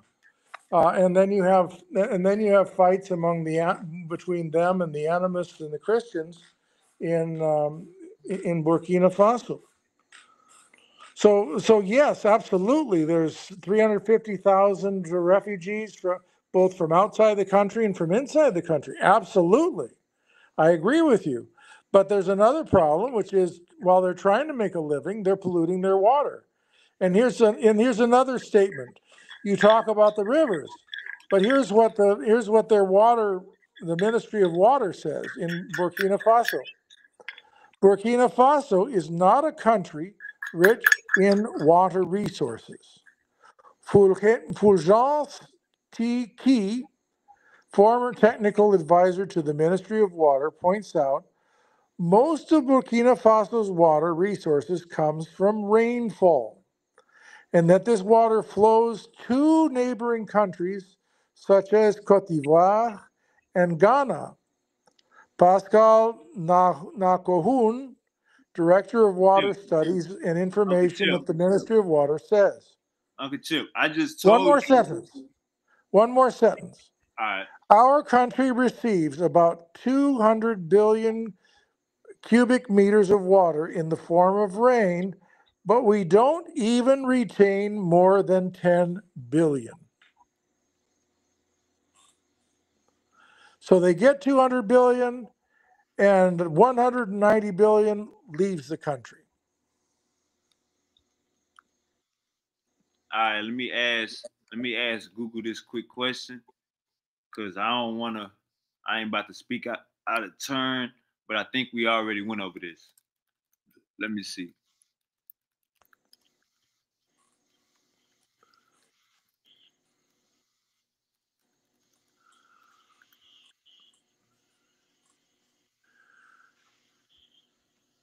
Uncle Chip, Burkina Faso. Let me share my screen. Let me share my goddamn screen. He talking about they get their damn water from rainfall. Y'all here, Uncle Chip in here tripping tonight. Uncle Chip been drinking tonight, y'all. Look, Burkina Faso gets water from its rivers, particularly from the Volta River system. The country's three major rivers, the Black, White, and Red Volta, are contributaries of the Volta, and the Black and White Volta carrying water year-round. However, water resources are scarce, and many rivers dry up during the dry seasons, leading to reliance. Hold up, listen. Leading to reliance on other water sources like pumps. Now, a pump is not some goddamn rainwater, Uncle Chip. It used to be rainwater until it got into the ground. There you go, Uncle Chip. It used to be rainwater. It gets onto the earth. It seeps into the earth. It gets down and eventually forms aquifers, and collects in rock strata. And then if you drill a well that reaches down to where the water is, you can pump up the accumulated water over hundreds of years for the use of today. But that is, I mean, it's nice to have. You want to have, but it's not this bonanza of water that you're thinking about. And so here's another thing. Here's going on farther. The greatest threat to the little water that remains is the behavior of users, including mining operators. Pura. Come on now, Uncle Chip. You can't do us like that. I'm not doing anything. I'm just telling you what one fish, blue fish, red fish, one fish, two fish, red fish. Uncle Chip, water is scarce in Mississippi. People still fish on the Mississippi River, Uncle Chip. So you got to understand, Uncle Chip, that you got to look at it the same way we're looking at it over here, Uncle Chip. But the Mississippi River, they have over the years made some efforts to clean it. They've put in Flint, Michigan, yellow water. No, Flint, Michigan is a catastrophe. Jackson, Mississippi is a catastrophe, but that is because, like these places, like these places, they have not dedicated resources. They don't have a mind, Uncle Chip. They got the technology, Uncle Chip. This America. But they haven't applied what's available to solve their problems. That's why they've got problems. Right. Now, Burkina Faso is one of the poorest countries in the world. You cannot expect one of the poorest countries in the world, who makes 20% of the national budget from gold. I mean, gold speaks loudly in Burkina Faso. And we gotta explain why they one of the poorest countries in the world, Uncle Chip. We'll be remiss to not do that, Uncle Chip. Okay, well, let's talk about it. Why is Burkina Faso poor? Slavery, Uncle Chip. Well, let's take a look. Let's explore. Let's be a little bit. Why is Burkina Faso? Invasions and slavery. Let's take a look. Okay, here's a project. Here's what the Borgen is. Borgen is the name of Burkina Faso's Human Development Index value ranks 185 out of 188 countries. That is very, very low. According to the United Nations Development Program, Burkina Faso received a rating of 0.402 in 2015. This is an improvement from 2005, when Burkina Faso was given a score of 0.325. The poverty statistics are subject to significant fluctuation. They report roughly 45% of Burkinabé live below the poverty line, but a sizable portion of households teeter just above this line. So small variations in household income significantly affect the actual number of those living in poverty. They have had economic growth. Their economy is expanding 4% a year. But this is because of urbanization, so they're doing higher value work, and the agricultural and mining sectors have improved. But they have very high fertility rates. They have 5 children per woman in 2015. By contrast, the United States has 1.6 or 1.7 children per couple, or 1.6 or 1.7 children per woman. So the USA has less than 2, and Burkina Faso has almost 3 times that the natality of a USA woman. So even though the country grows at 6%, increased family size negate the positive impact of this economic growth. So if you have kids, if you have lots of kids, you're going to be poor. Uncle Chip, Burkina Faso just got out of slavery 60 years ago. You got to cut it out. You got to cut it out. They got out of slavery. They got out of pure slavery in the 1840s. You just said it take 200 years to build a freeway. No, it doesn't take 200 years, but it takes 20. 100 years? 20. Okay, you said it take 20 years to build a freeway. Uncle Chip, they only could have built 3 freeways if they had to take. Uncle Chip, this is what I'm telling you, Uncle Chip. Burkina Faso, formerly Upper Volta, gained independence from France in 1960, marking the end of French colonial rule, which included the abolition of slavery. While slavery has been formally outlawed by the French in the colonial period, its effects and various forms of forced labor continue to exist in some areas. Now look, Burkina Faso in Africa is trying to kick the French out. Why would we gain our independence 60 years ago and still want your red ass in our goddamn country 60 years later? Brother, you scarred us. Get out of here. What are you doing in here? Get the hell out. Matter of fact, before we get crazy with you. Now, this is what's going on, Uncle Chip. You want to know why Burkina Faso is so poor? Well, Uncle Chip, they just got out of slavery 60 years ago, Uncle Chip. Well, no, it was in the colonial area. They have had another country with a foot on their neck, Uncle Chip. They also have very low educational enrollment. Why do you think so, Uncle Chip? If I just got out of slavery 60 years ago, Uncle Chip, we don't know where my mind is at, Uncle Chip. Everybody over there probably walking around upside down, scared of the white man still. Uncle Chip, it's only been 60 years, Uncle Chip. My mama not even 60, Uncle Chip. The vast majority of Burkinabe poor don't have electricity.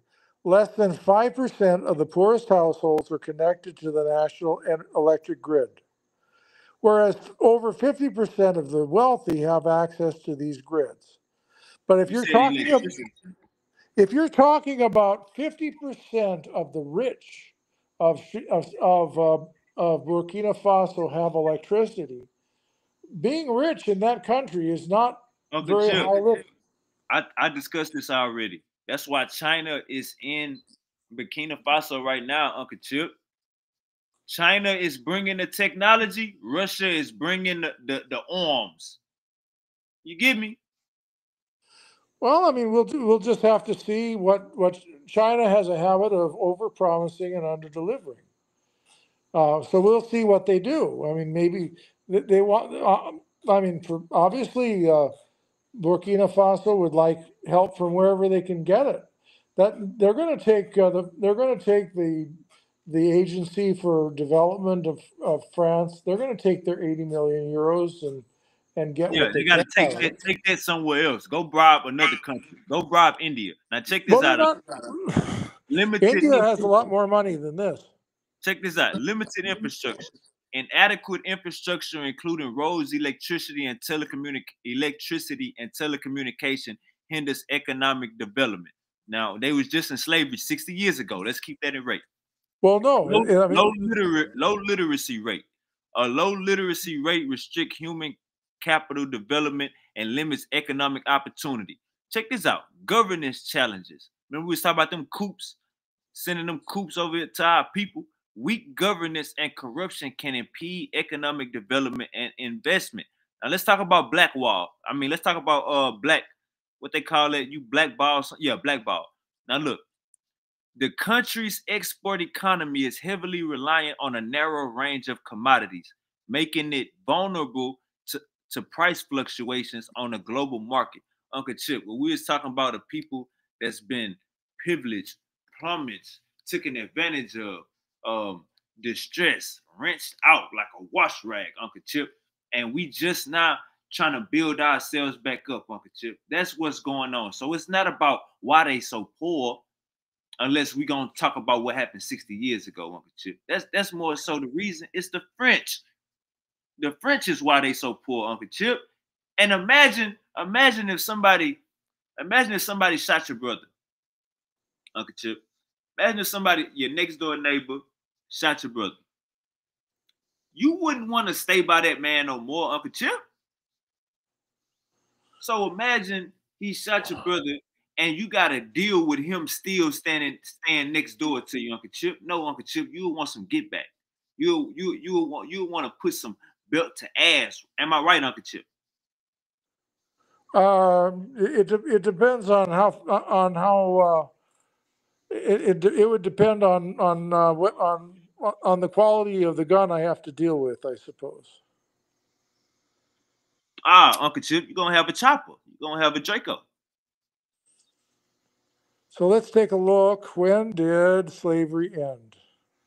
1960. No. In Burkina Faso, 1960. No. All right, Uncle Chip. Don't get done up. It was let's see where we go. 1960 from France. No, that's when they were independent. That's when they got independence. That doesn't have anything to do with slavery. Marking the end of French colonial rule, which included the abolishing of slavery. Once they gained their independence, that included the abolishment of slavery, Uncle Chip. Slavery was abolished before then. What year? I'm looking. Hold up. I'm gonna show you. I put it on the screen. It all happened in 1960. That's when they got independence. That's not when slavery was abolished. Now look, let me read it. Burkina Faso, formerly Upper Volta, gained independence from France in from France. Hold up, listen. Marking the end of French colonial rule, yes. which included the abolishing of slavery, which included. I'm looking. Hold on. I'll find it. Okay, in 1841, the United Kingdom, France, Russia, Prussia, and Austria signed the Quintuple Treaty, agreeing to suppress the slave trade. That was 1841. Uncle Chip, that ain't got nothing to do with France and Burkina Faso. You know yes. that, Uncle Chip. When slavery was abolished, was it still going on in the South? Okay, here we go. 1847. Okay, 1847. Slavery abolished in the French colonies. 1847. Gabon is founded as a settlement for emancipated slaves. So slavery was abolished in the French colonies in 1847. Uncle Chip, it went back into effect in 1896. Well, let's take a look. I don't think so. Yeah. Take a look. 1896 to 1960. And they say it's still going on in some efforts today. It's still going on today. I'm looking, but I don't think so. I think it was abolished in 1847. Let's see if it came back in 1896. Let's take a look. By the French.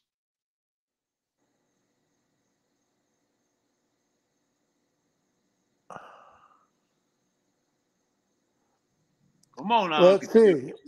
In 1890, the United Kingdom, France, Germany, Portugal, Congo, Italy, Spain, Netherlands, Belgium, Russia, Austria-Hungary, Sweden, Norway, Denmark, United States, Ottoman Empire, Zanzibar, and Persia passed the Brussels Conference Act, a collection of anti-slavery measures to put an end to the slave trade on land and sea, especially in the Congo Basin, the Ottoman Empire, and the East African coasts.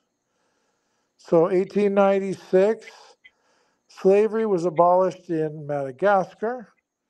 No, there wasn't anything about reestablishing slavery in the French colonies. You said in 1896, what was abolished? In 1896, there was the Brussels Conference, which was a collection of anti-slavery measures. They already had their anti-slavery conference, the first one in 1841. And then they started enslaving motherfuckers again. No, they abolished it in 1847. All right, let's see what happened in 1896. And I'm looking at 1896, and there's nothing about France there. The only thing that deals with France was in Madagascar. Madagascar slavery was... I got something, Uncle Chip. It says in 1896, Burkina Faso was colonized by the French as part of the... This is what you need to look up. French West Africa. As part of French West Africa. Look that up. French West Africa. In 1958, Upper Volta became a self-governing colony within the French community. In 1960, it gained its full independence in 1960. Now look this up. Check this out. Burkina Faso gained independence from France in 1960, marking the end of French colonial rule, which included the abolishment of slavery. Now it goes even further, Uncle Chip. It says, while slavery has been formally outlawed by French in the colonial period, its effect and various forms of forced labor continue to exist in some areas today. Well, we know that there's different ways of there's different forms of exploiting people that don't have anything to do with slavery. There's sharecropping, there's debt slavery, there's microloans that people have to pay back at astronomical interest rates. Let me ask you this, Uncle Chip. When slavery ended in America, was it still going on in the South? Well, there were ways of keeping things going for a while. The chattel slavery was over officially, but there was like company stores and making loans to poor farmers, both black and white, and saying, well, now you got to pay me back, and then that ain't what I'm talking about.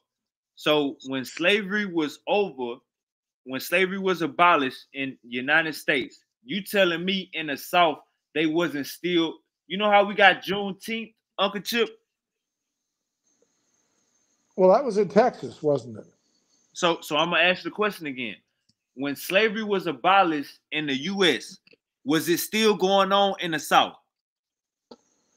Texas is the South. Yes, Texas is the South. Well, now what is the year? What year was Juneteenth? Uncle Chip, this is just a simple question. I don't remember. I asked you a simple question. What year was Juneteenth? I don't remember, Uncle Chip. I think it was a year later after slavery was abolished. Oh, let's take a look. But this is what I'm saying. If we could agree that slavery was still going on after, which we know it was, because they got stories of slaves coming down and having to tell slaves you free. But since we know that was going on, we could assume that it stopped in 1960. But from what we getting to understanding, it sounds like it stopped 40 years and then it started back up. Juneteenth was June 19th, 1865.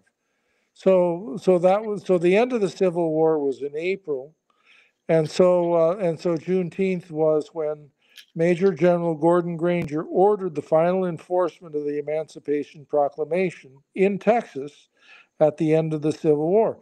So So Lincoln proclaimed the Emancipation Proclamation. It was an executive order. But at that point, he didn't have any authority to enforce it. He had just won the Battle of Antietam, and so he felt like it was enough of a victory that maybe it would help the North in the Civil War by attracting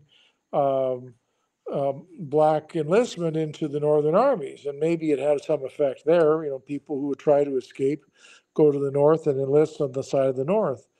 And so Lincoln thought that it would weaken the South and strengthen the North. But the Emancipation Proclamation in the slave states was enforced finally on Juneteenth, after the end of the war, when the federal government occupied the South and was able to enforce that the Southern slaves would be free.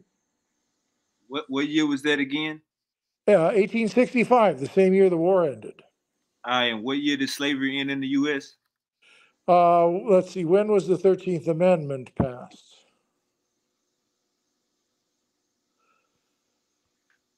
Okay. When was the 13th Amendment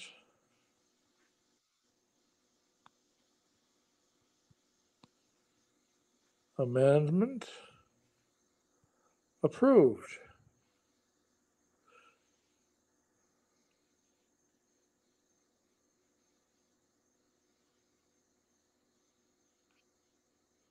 Let's see. So the Emancipation Proclamation only covered Southern states. So the 13th Amendment was passed at the end of the Civil War, before the Southern states had been restored to the Union.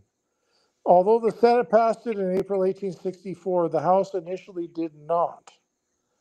Lincoln took an active role to ensure passage through Congress. He insisted that passage of the 13th Amendment be added to the Republican Party platform for the upcoming 1864 presidential election. His efforts met with success. All right, Uncle Chip. So we both can agree that when slavery was abolished, it was still going on in the South. Now, what we saying now, the matter here is Burkina Faso. If I say they just got out of slavery 65 years ago, I'm really being nice. No, I think I would say at the latest that they got out of slavery. Just looking over the it was officially abolished in 1847, and then it was re-abolished, put into more effect, because these things take time to force their way through. Re-abolished in 1905. And then they got re-abolished in 1960. Well, in 1960 they became independent. Uncle Chip, let me read it. Let me read it one more time, because it said including slavery. Once they gained their independence, slavery was abolished. That's what it says right here, Uncle Chip. Let me look. Well, they abolished slavery in the independent government. Sure, why not? The independent government abolished slavery, but slavery had been abolished twice before in the French Uncle colonies. Chip, you want to know what's crazy about this? Uncle Chip. I don't think it's crazy. I think it's very normal. I'm going to tell you what's the crazy thing about this, Uncle Chip, is it's French that keep enslaving them. Like, that's 3 times in 100 years? Well, I mean, you had a colony, so I mean, you could say that they weren't exactly slaves, but they weren't self-governing. The French were governing them. Who weren't exactly slaves? Well, they weren't rounded up and forced to work on a farm and told you can't leave and you can't be paid. It wasn't that sort of you belong to me slavery. But they weren't independent. They weren't completely on their own. They were Uncle Chip. It was, I'm gonna ship your ass off to a whole nother land you never seen before, and you about to belong to somebody else. I didn't got paid already. That's what's going on, Uncle Chip. All the way up until 1960. No. That sort of thing had been abolished twice before. Once in 1841, and then they passed another law in 1905. And there was like 1 million slaves that were freed on that second passage. Of course, there was still informal slavery after that. There were still people who decided that it didn't matter what the government said. That ain't we ain't dealing with hypotheticals. This is what we dealing with, Uncle Chip. We dealing with the French enslaving Burkina Faso 3 different times. Now, how long was it between they stopped and started again? It seemed like every 20 or every 30 years they would stop and start again, or something like that, or they would go for a little while. I mean, stop for a little while and then start back up. We clearly see this, Uncle Chip, and they say it wasn't abolished all the way until 1960. So maybe they were sending French back. Maybe they were sending these slaves back to France. We don't know where they were sending them. All we know was they wasn't not messing with them. They was definitely tempting with our people and using our people as items, Uncle Chip, all the way into. Well, let's take a look. Let's take a look. Were people in French West Africa shipped to France to be slaves? Let's take a look. In the 20th century. Let's find that out. Keep it specific. French and Burkina Faso. Because at that time it was called French West Africa. Were French West Africans. Were French shipping West Africans in the 1900s. Shipped to France as slaves. In the 1900s. In the 1900s. Yes. Come on, Uncle Chip. It's too easy.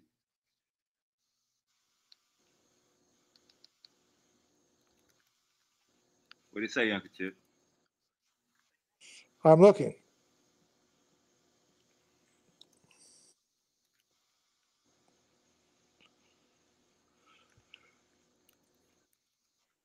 Well, they're talking about the 18th century. Let's see, patrimoine partagé. Let's take a look.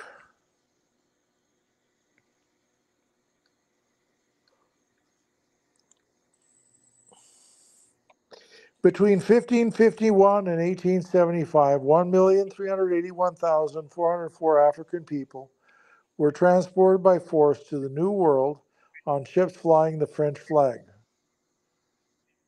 So they didn't ship them to France, or at least not much. France was responsible for 11% of the transatlantic slave trade, which in total affected more than 12.5 million men, women, and children. But that's talking about all of them, 11% of 12.5 million. The first French slave trading voyages date to the second half of the 16th century. Hey, Uncle Chip, I see something right here that says the French colonial regime introduced forced labor between the 1920s and 1940s as replacement for slavery, which, while not technically slavery, still involved exploitation of indigenous people. You heard about that? What? Let's see. I'm still looking. Maybe that's what we're missing, Uncle Chip. I think they switched it up in the 1920s. Switched the lingo. It says here the transatlantic slave trade continued illegally until the middle of the 19th century. So they're not telling us that they did it in the 20th century. All right. They're not giving 20th century transportation for slavery. All right. It's say in the 1920s they let me share my screen.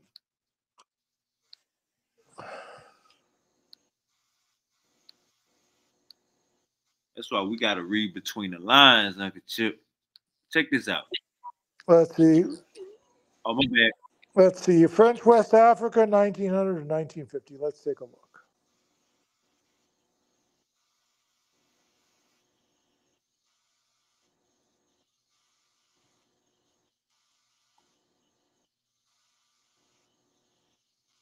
They say the French colonial regime introduced forced labor between the 1920s and 1940s as a replacement for slavery, which, while not technically slavery, still involved exploitation of indigenous people. In 1905, France officially abolished indigenous slavery in its West African territories.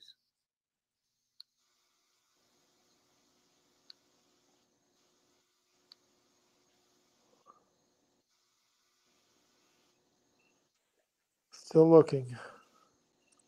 So it says, Uncle Chip, it says something about they changed the name to.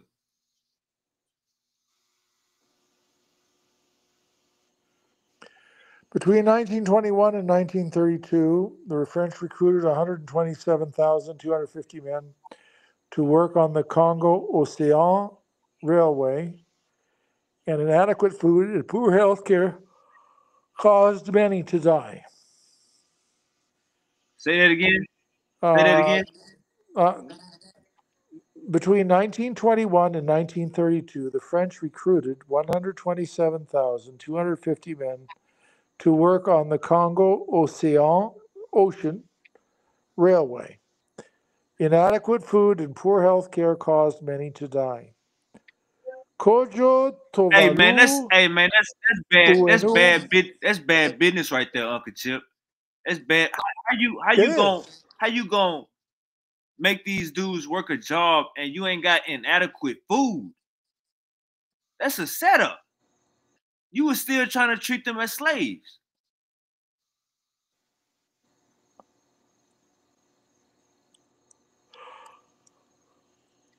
In 1924, the prophetic Carnot began preaching nonviolent resistance to the recruitment for railway labor, and by 1927, they had organized 350,000 people, including 60,000 warriors.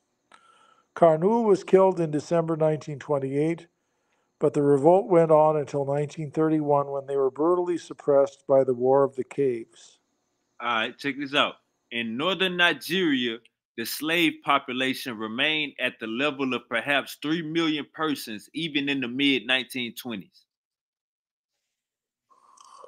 Well, of course, Nigeria was a British colony. I got you. I'm just showing you that we can't. If I got a source that say 1960, we can't get it. We can't get these crackers no slack, Uncle Chip. Well, we're looking. We're trying to. We are looking at what is. I mean, it's certainly possible that for people to break the law and to do things, right. As late that, as 1905, the French regime held thousands of men, women, and children in captive along the middle Niger and required them to grow grain for the French army and administration. Well, and that's what, and in 1905 was the year when they abolished the slavery for the second time, and about 1 million people were freed in that second emancipation. Yeah, then they took a break. So they took a break, then they sped it back up 20 years later, huh, Uncle Chip?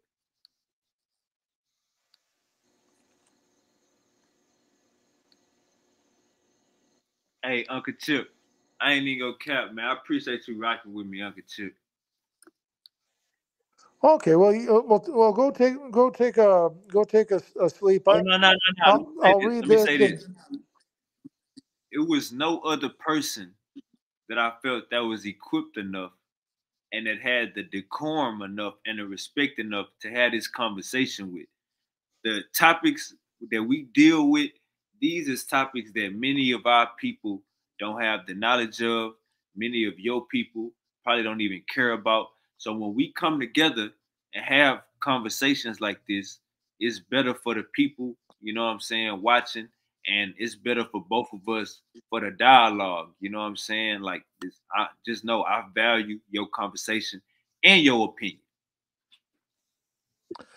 Well, I mean, I'm just trying to I'm just trying to take a look at what is. I knew that they had abolished that they had abolished slavery the first time in the 1840s.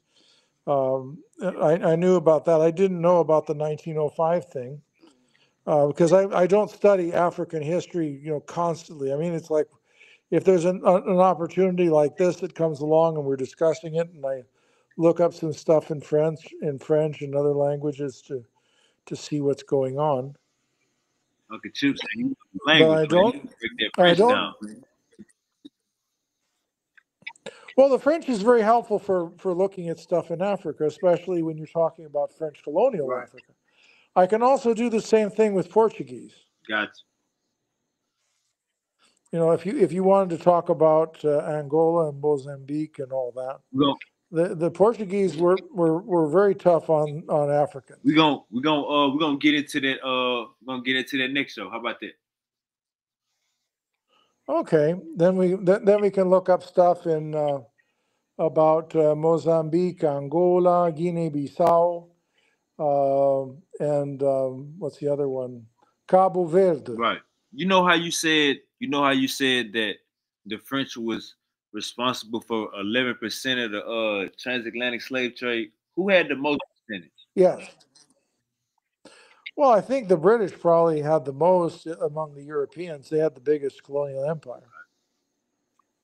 I suspect the British had more, but they also got out of it faster than other countries. They abolished their slavery in 1839. So they were among the earliest to get out of it. But that doesn't mean, like you say, that everybody was freed immediately. A lot of things happened in, people in faraway places could do what they wanted. Right.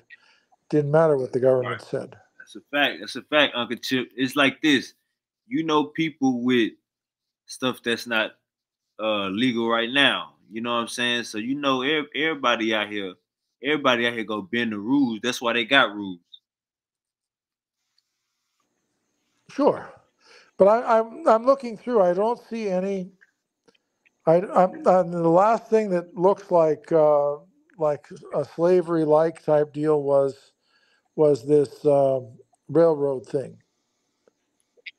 The railroad thing was a real sore spot for the native population in French West Africa, and it put their government very much at risk. I think after they had to spend a lot of money trying to put this revolt down, that they kept their nose a little cleaner after that. The reason why I don't think France stopped in 1906 or 1905, whatever that date was, is because they colonized Burkina Faso in 1896 again. So it was some conflict going on. I'm not gonna expect them to stop in 10 years. Nah, they kept that going all the way until 1960, when for sure Burkina Faso got their independence. And when we talking about guys, it's like this. How you see how I'm working for you, I'm your indentured slave or whatever you want to call it, and you don't have enough. I'm dying because I don't have no food. That is slavery still, Uncle Chip. Would you agree or not? If your dog, you got a dog, in everything except you got a dog, yeah. Uncle Chip. You got a dog, and your dog died from starvation. Is that your fault, Uncle Chip? Yeah, it's my fault if the dog's domesticated and I have him locked up. Absolutely. If I tell the dog, go grab whatever you can wherever you are, you're a free dog. Go run and eat, free dog. Go where you want. And I don't chain him up, and I don't ask anything of him. I suppose, he's responsible to the extent that he is responsible. Oh, nah, Uncle Chip. Them Europeans, French, they had a shortage on food, Uncle Chip. That's what was going on. They was feeding us scraps. We were starving, and then they want us to go out in the field and work goddamn 16 hours a day. Uncle Chip. That's what was going on. That's why them goddamn thousands of people died. But there's many more stories like that. I just got to find the articles for them. Or maybe they won't even publish that shit because that make them look bad, Uncle Chip. Let's be honest. Well, I mean, I'm not saying that the French were great. I mean, you had, I'm looking here in an article about this. They finished conquering Burkina Faso in 1896. So they really didn't even control that country until the late 19th century. Nah, Uncle Chip, remember it was called something Upper happened Volta. in the 1800s where they had control over it. 1896. No. I'm saying in the you said slavery ended in the first time it ended in 1847. Now, French was in control of Burkina Faso at that time. Not it yet. It was called France West Africa. French West Africa. Well, there were other countries that were conquered, but Upper Volta, Haute Volta, wasn't conquered. They only started to get at the Haute Volta in the early 1890s. All right, so let me ask you this. Why would they abolish slavery somewhere that they not at, Uncle Chip? You asked that. Well, they didn't. I mean, they didn't have. I mean, Haute Volta or Burkina Faso was not controlled by France completely until 1896. That's what I'm saying. So that's when they put it on paper. That's when they put it on paper. How am I gonna write a law about slavery if I don't even know y'all? That means you was already there. You just put it on paper at this date. Because look, we got 1846, 1905, 1960, as far as the French tampering with Burkina Faso. So they always been in that area. For you to name yourself French West Africa, you got some balls. You got some damn balls, because that ain't one country that you taking over. You taking over you taking over goddamn. They had parts of Nigeria, Uncle Chip, while you said, and you right, Britain had most of Nigeria, but still France was there. So the Niger River, the French part was called Niger, and the British part Nigeria. Say it again. The French part was called Niger, and the British part was called Nigeria. But it's the same people group. Right, modern. But what I'm saying is they didn't. It wasn't like these people was here. Britain had them, and France was here. No, they fought for that land to take over that Nigerian part of that land. Uncle Chip.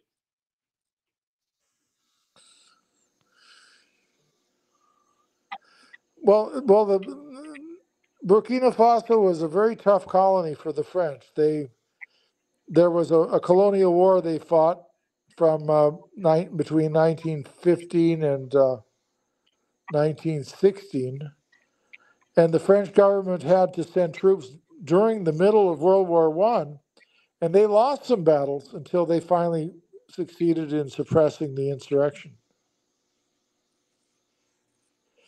And then in the north, where the Tuareg, nomadic Tuareg lived, they revolted in 1919. And so they divided and conquered. The colonial government separated the present territory of Burkina Faso. This is what we need to find out. From Senegal and this is what we need to find out, Uncle Chip. Who was ruling Burkina Faso before the French? That's what we need to find out. I'll look it up real quick. Well, it was they were ruled by Africans. It was an African kingdom. Nah, because we got 1940 that they abolishing slavery over there.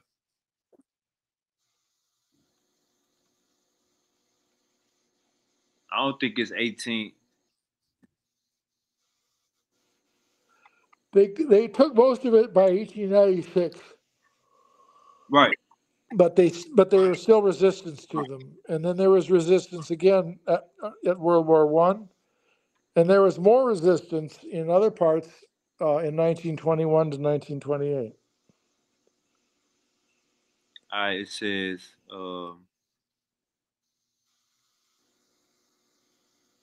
Burkina Faso was not a unified state before French colonization, but rather a patchwork of different kingdoms and communities with their own political structures and hierarchies. The French gradually exerted control over these territories in the late 19th century, culminating in the establishment of French Upper Volta in 1919. Oh, so they saying before before the late 19th century, they trying to say Burkina Faso wasn't really Burkina Faso. No, there were several tribes that controlled part of it. Masi, okay.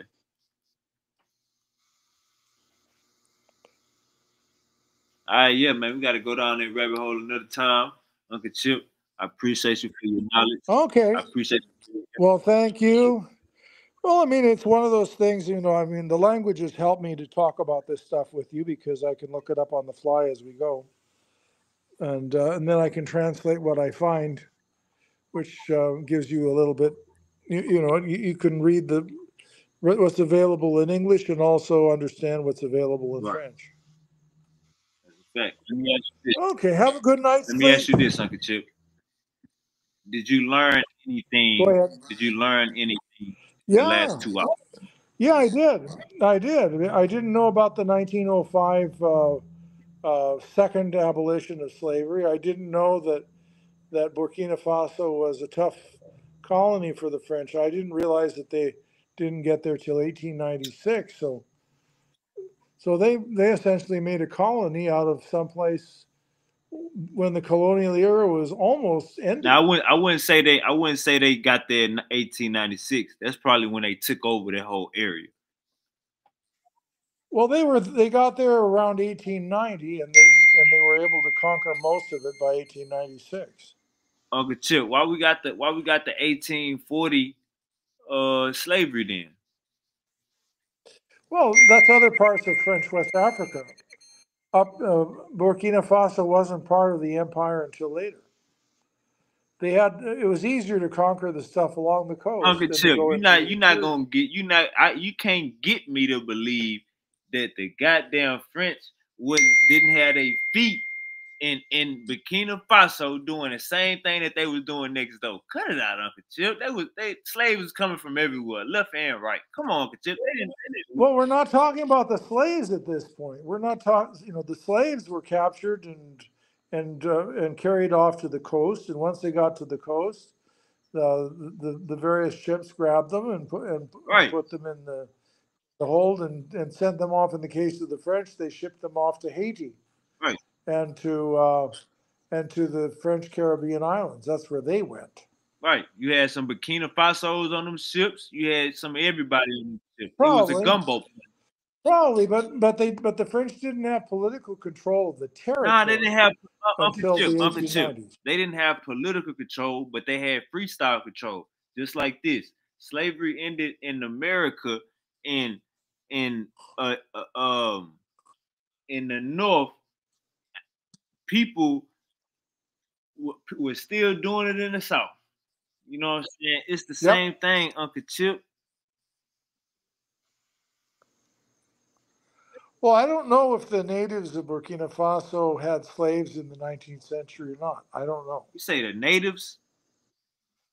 No, I don't think the natives. I don't think the natives of Burkina Faso. I think it was the slave masters came into Burkina Faso. But there were slaves. There were slaves in the various African tribes of their fellow Africans, not their own tribe, but enemy tribes would be captured. People from enemy tribes would be captured in raids and war and would become slaves of their captors. Right, right. That was how things were. So I don't know if before the French took control there were native slaves from other tribes like the Tuareg who would be held by the Burkina tribe. Before the French took control of Burkina Faso, they had their feet up in there kidnapping people. Could be. Could be. All right. Well, I am going to wish you good night. I appreciate this conversation. Be Uncle Chip. well. Talk to you. Be safe. Ladies and gentlemen, give it up for Uncle Chip. We out of here.